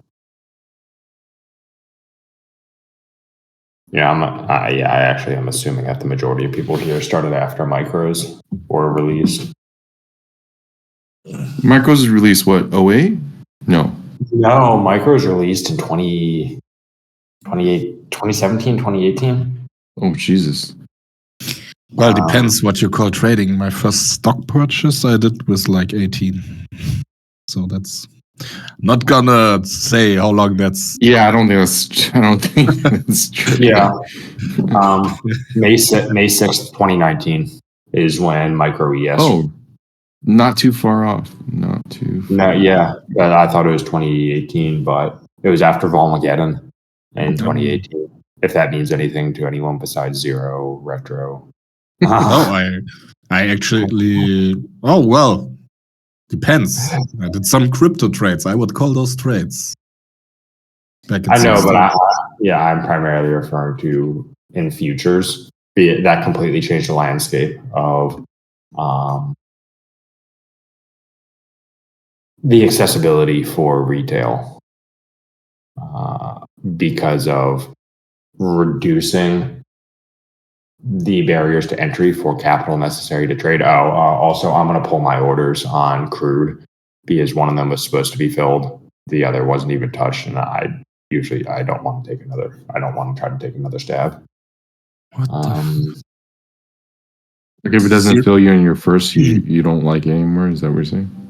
Usually so, particularly because I loaded parameter, they are great. So that's the way you know that you need to perform an action in advance before getting started with the commands. All of these, there's a color convention, but all of these can be changed on the OpenVB Hub. So if you go into the OpenVB Hub, you can go into the theme style and you can change the colors of the commands individually. So you can select what makes sense for you and your organization. In addition, you'll also be able to select the theme that you want for the crypto. Yeah, have you seen Solana today? I've been tracking Solana, but not specifically today. No, I think it's just caught Ripple's market cap today. I think it's fucking overbaked. Personally, I want to trade crypto again, but with KYC, it's one of the most capitally inefficient products I could possibly trade. I'm not going to trade a product that's not capital efficient. And told you. You gotta fucking find a Chinese wife, bro. Yeah. The best trading decision I ever made. Let's Fucking see. Solana just went ahead of Ripple. I can't think- believe it. Yeah, actually, yeah, I was about to say, I'm pretty certain one of my friends from high school, she's probably pretty happy because she went from bankrupt crypto company to bankrupt crypto company, and then she ended up at Solana. Oh, really? Yeah, she started off at. Solana's Oh no! Well, she went from one traditional marketing job and then ended up at Titan Mining, working in New York. Then went to Delphia, which is a Web3 company, and then after they started encountering issues, she went to Solana, and she's been there since the beginning of the year. Nice. Solana is really bad tech.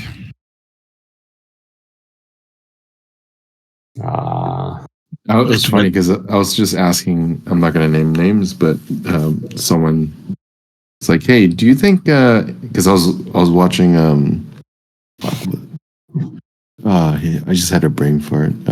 What's SAC's CEO again? Sac Capital. Gary Gensler. What was say it again? Gary Gensler? No. SEC? No, SAC. Oh, SEC. Oh, don't know. Fuck. I'm just go with this, so it's fucking easy. The guy that did insider trading. Oh, Stephen Cohen. Okay. Yeah. So I was like, I was just watching a documentary on him, and I was like, hey, I was asking, I was like, do you think insider trading is a bad thing? And then they're like, yes and no, and blah, blah, blah. Anyways, I was like, because crypto traders are just all insider trading. You guys know that, right? Oh yeah, 100%. And they're like, we know. I was like, yep, fucking dirties. Well, it's That doesn't mean I don't want the information. yeah. I'm just saying it's dirty. Most people aren't aware. Working at a large iBank or elsewhere, there really aren't any restrictions on trading currencies in your personal account, on like equities, because unless you have inside information from the Federal Reserve or another governing body regarding economic policy, they don't give a flying fuck about that. What's your $20 million going to do to the market? Fucking nothing. How much is that currency maybe going to move? Maybe a couple percent at the very most. Mm-hmm. They're not too concerned about that. It's one of the reasons I'm starting to trade it. Also, you fucking can trade TPOs. So in this case, if I wanted light chart, I could select light chart and save changes, and the terminal will recognize automatically because I'm logged in. Same goes for the table, and the code is open source, so ultimately that means that you can always change things This is like on your own. A long time ago. I was like, really getting into crypto trading, and I was like, fuck. And I thought of a way. I was like, oh, I should just create an algo that So what happens is along with basically what into this menu, and what you can see is again more menus here, and you got more commands. And below here you can see where you are on that tree. So let's say now I go into fundamental analysis, which is FA, and is over here. I do FA, and I'm into the fundamental analysis menu. And as you can see here, that is represented by stocks/FA, so that I know where I am at all times. Most likely, and in here you can see all the commands that are available to me. And let's say you start running commands and you want to see this menu again. All you need to do is help or suck at coding. interrogation mark. If you want to go up one menu, you do 2 points. That was a really cool idea still, but I think there's plenty of them that do it now. Yeah. Hey Zero, you want to partner up and trade commodities? I received a message literally as we speak about commodities. Oh, someone's trying to hit you up. Yeah, it's hi numbers. Yeah. I hope all is well. I'm a commodity-focused headhunter, and I specialize in representing portfolio managers and traders such as yourself with several funds and commodity trading houses in New York, Houston, and London. Due to your experience trading derivatives on CME EuroXICE within the hedge fund space, and of course at blank, I thought it would be worthwhile reaching out to introduce myself and open some dialogue for the future. When's a good time for a quick call intro? Next day / early January. And this other guy, similar 3-4 days ago. Hi, blank. I came to you about a few roles. Dan. Hi, I'd like to connect. This is on LinkedIn? I fucking love LinkedIn. Yeah, it's typically 2 or 3 headhunters reach out every day regarding potential roles. And it's okay, yeah, do all the legwork for me. I'm going to tell whatever firm I want X amount. And if you find some lunatic willing to give me the amount which I want, great, we'll make this work, but improbable. Yeah.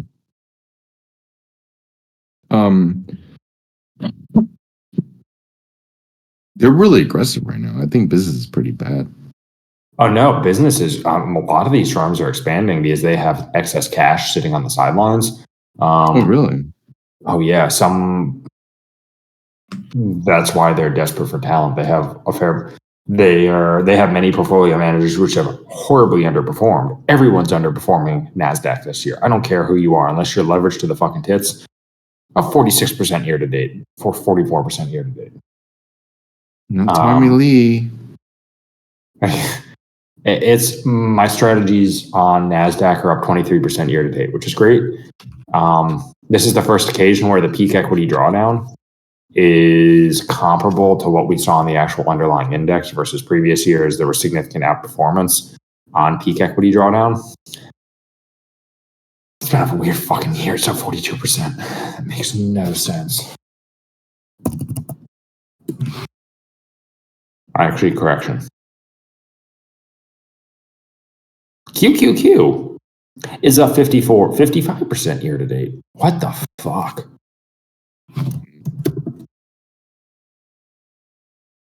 By 25, okay, a bit more. It doesn't make sense.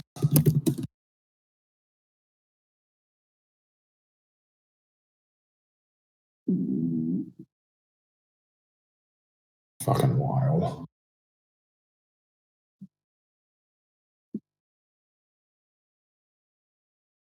Oh, my OnlyFans shares are probably doing great.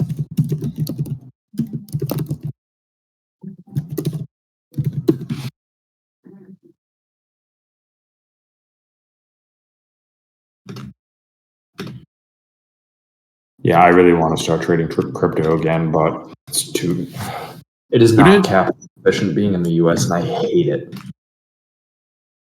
Wouldn't Algos be perfect for it?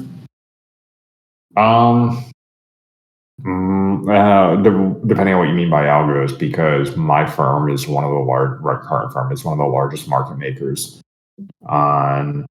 They have colos for Binance, Coinbase, and Kraken. Yeah. So we're one of the larger market makers on a lot of the major future exchanges because we have offshore registration, allowing us to have exposure and being set up coloed.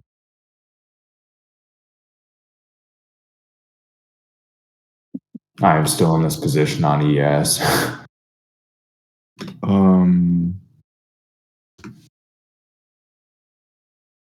I still have one left on.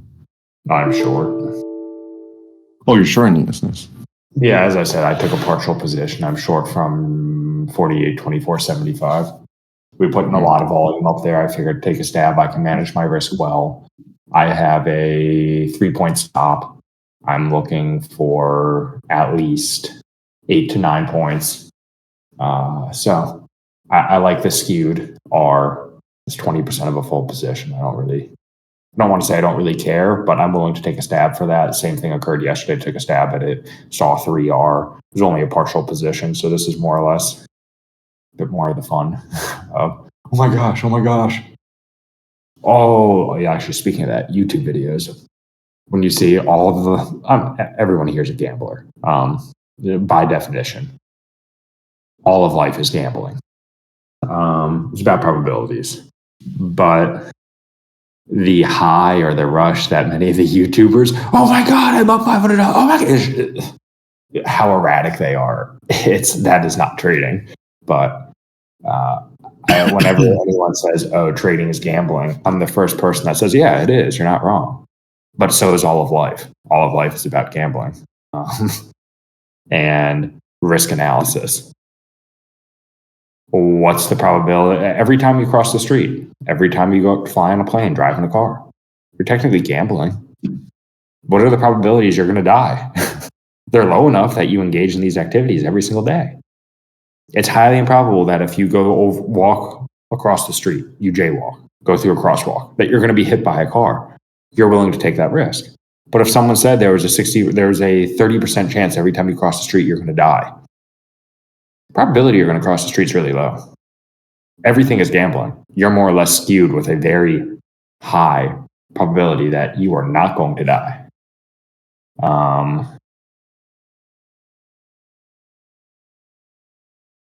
So people can say trading is gambling. I would say yes, it is. But there are always two types of gamblers: those that don't know their probabilities and those that do. People who say trading is gambling are the ones that will stay in a 9 to 5 for the rest of their lives. Oh yeah. They won't even open up a, corn laundry or a vending machine business or something. No. Yeah, but yeah, they are trading as well. You're trading your time for a paycheck. It's really is that simple. Of the pay you're receiving is justifiable for the amount of time you go. And I'm fortunate where I absolutely love what I do. I would still do this as a hobby if I wasn't making money because I genuinely enjoy it. But most people don't go into work because they absolutely love going into work. They do it because they need to pay their bills. And the amount they're receiving is justifiable for going into work for X number of hours. That's simple.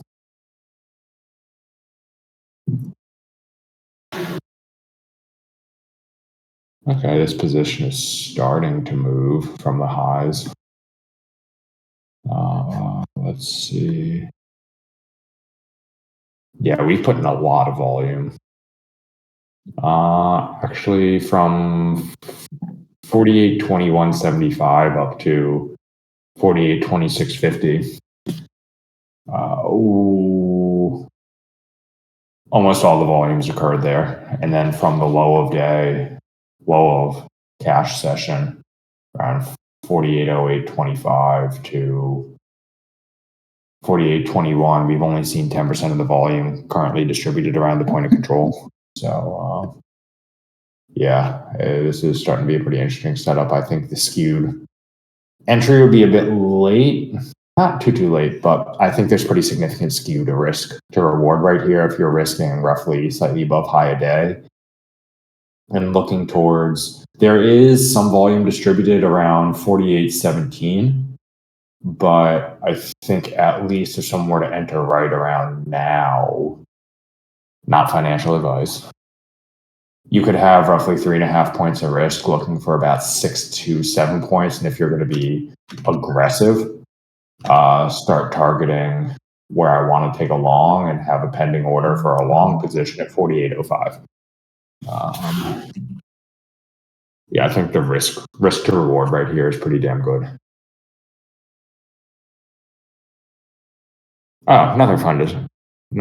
Something fun to also discuss. Zero probably agrees with this. I mean, regarding the gambling aspect, I think before I put on a position, I always look at how can I manage risk in this circumstance rather than simply entering. And this is corollary to the discussion. I think what Retro and you were is I enter a position and my primary concern is how can I manage risk? And so my exit is pretty much relatively predetermined because if I can't manage my risk, then I would not be entering a position. When you say manage your risk, meaning your risk being at an adequate price point? If I don't have positive skew to a position, I don't want to. Okay, yeah. That'll be insane. Yeah.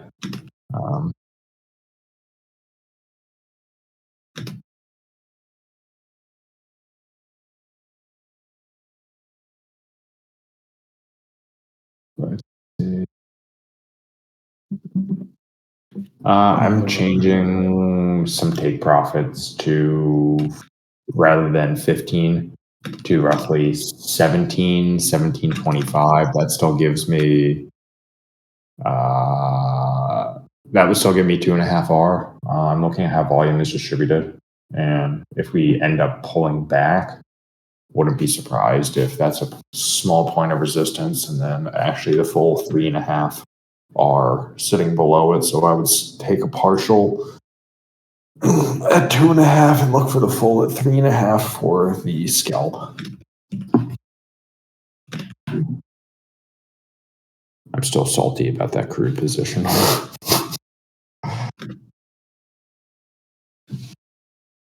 You have to be fucking kidding me. God damn. Yeah, that ripped. About points. Oh well, whatever. Are you talking about crude? Yeah, because that would have been a full position. That was going to be a full position on crude, since it was solely based on value. And the ES position is a scalp. Have you been in? I don't. Hey, how much slippage are you usually encountering on crude? Right now, I'm usually averaging 3 ticks per side. I don't have that many. I'm like doing like 4 to maybe 6 lots only though. Yeah. Yeah. And I usually, again, enter pretty shitty areas. Like I like that extra confirmation. So yeah, usually I get some pullback, drawdown, whatever. So I don't really experience that much. I don't experience a lot of slippage. Wait, are you telling me you don't absorb the market, have 0 slippage, and trade 300 lots? Fascinating. I wish I fucking. I mean, I've always told you, like, I'm always looking to improve my entries, but yeah, it just got to a point where it's like, I'm not okay with it. I'm not against this. Like, if you take drawdown, you take drawdown. Oh yeah, I mean, I'm the first to acknowledge that a lot of my positions now, I'm trading market of touch. I want to fucking fill. I'm sorry, I'm not going to take a partial. And the main issue, if you're scalping, yeah, having that slippage is problematic. Scalping is a retail notion, not actual notion. Once you have a partial fill, your EV is horribly skewed. If you take a partial fill on a winning position and take a full position on a loser, oh yeah, your EV is horribly skewed. I would rather take the slippage and say, I have a full position, and so my EV is a bit more linear versus the nonlinearity to EV as soon as you have partial fills. That's why I don't trade equities. The frequency at which you have partial fills on some of the most liquid names is concerning. You trade supposedly the most liquid instruments with good routes. Good routes through Centerpoint, Cobra, which are some of the top equity brokers for short locates. And on a lot of the positions, it's partial fill. And it's, wait, price fully traded into where I wanted, and I have all partials. And then you're stopped out when price is going against you, and it's, well, fuck, I took a full position on this now. Nice. I think the max I've ever did in crude was like 8 contracts, which was kind of foolish. But yeah, I don't, and I agree with you. Like for me, it's like I was telling Harvey this, and I think I was telling Retro and some other people as well, some of the guys. It's like streaming really fucked me up for a bit because like everyone here just wants to see the MAE to MFE. Like, and it kind of really, fucked me up in a sense where like I was trying to appease the crowd. It was like, fuck it. And then Chia saw my drawdown one day and he's like, damn, I'm sorry, I hope you get it back. I was like, nah, it's just 1 R. Like yeah. Well, I look at, on all my systematic strategies, running a tight stop when you're looking for intraday swing trades with a 4-hour hold period. And we have pretty decent notional exposure. If you I'm not going to say explicit numbers, but you can use your imagination. If I'm looking at an average take profit of roughly average P&L on ES for positive days is 24 points. Average P&L on negative days is about 13. Mhm. But we can literally be positive 15 points on ES, and then the market flips. We take a stop out on that position. So you go from a positive P&L per contract of $750 per contract, and then you end up taking a $650, or sorry, let's just say a $500 loss. So you have a swing of $1,250 per contract. Your peak equity run up and then drawdown at the end of the day, it can be fucking ugly. But the objective is long run. As I said earlier, I'm almost fully hedged today with shorts on ZB, shorts on gold, short on Dow, long on ES, long on Russell. Let's see.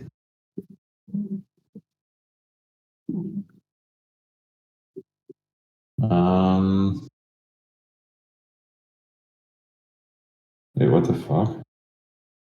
11. Took a short on UB at 10:43 Eastern time. And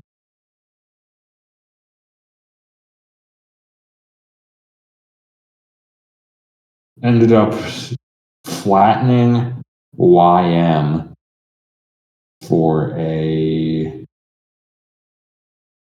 50-point loss due to a volatility stop out, and then took another short at 37,953. Let me check.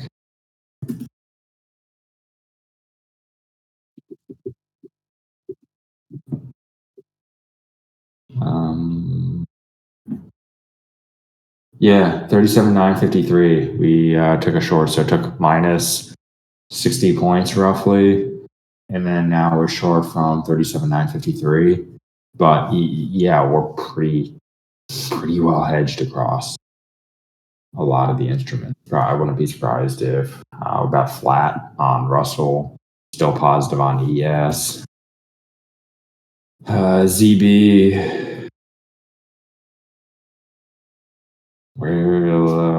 let me double check. Short ZB from 24.15.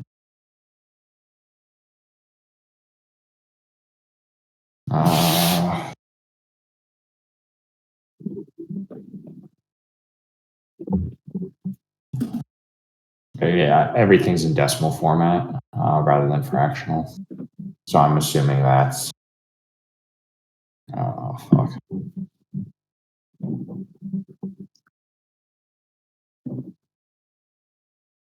And that's one of the benefits of having multi-asset exposure.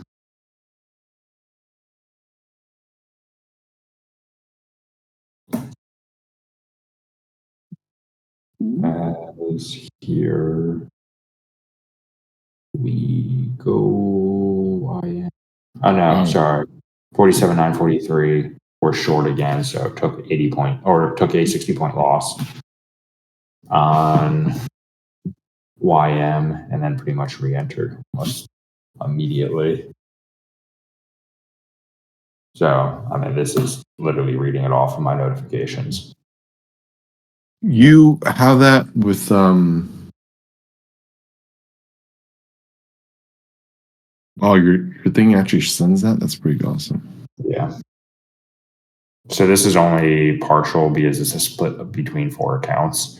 So the position sizing is pretty partial to the overall net position because we clear through 4 different firms. So that's only from one firm more or less to give us a notification. Then we know the exposure is going to be 3, 4, 5 times greater than what we currently see on the notification.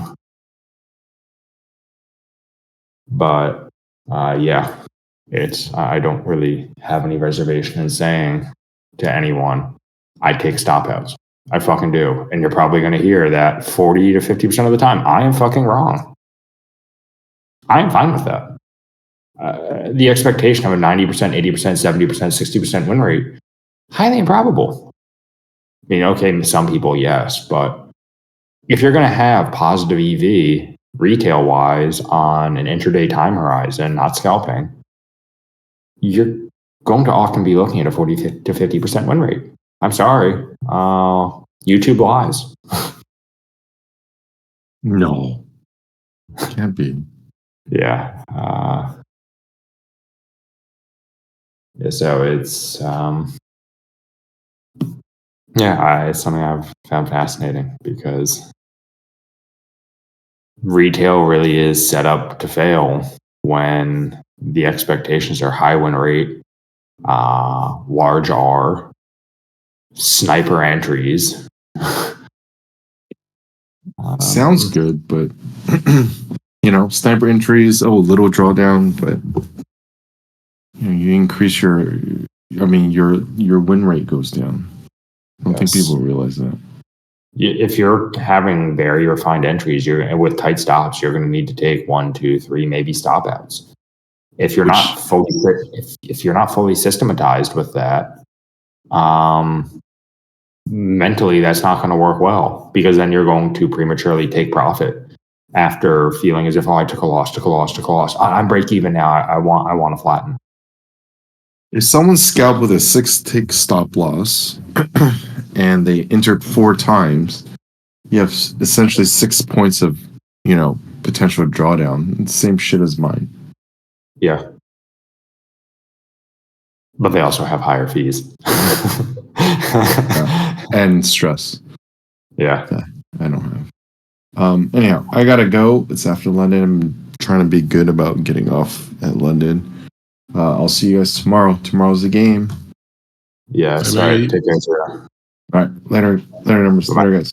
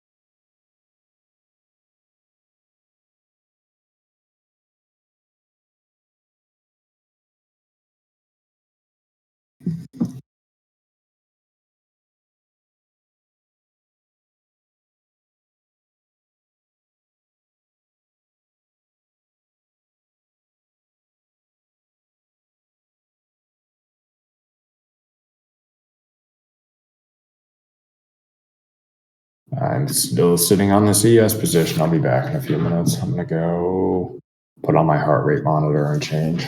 I'll be back in a moment.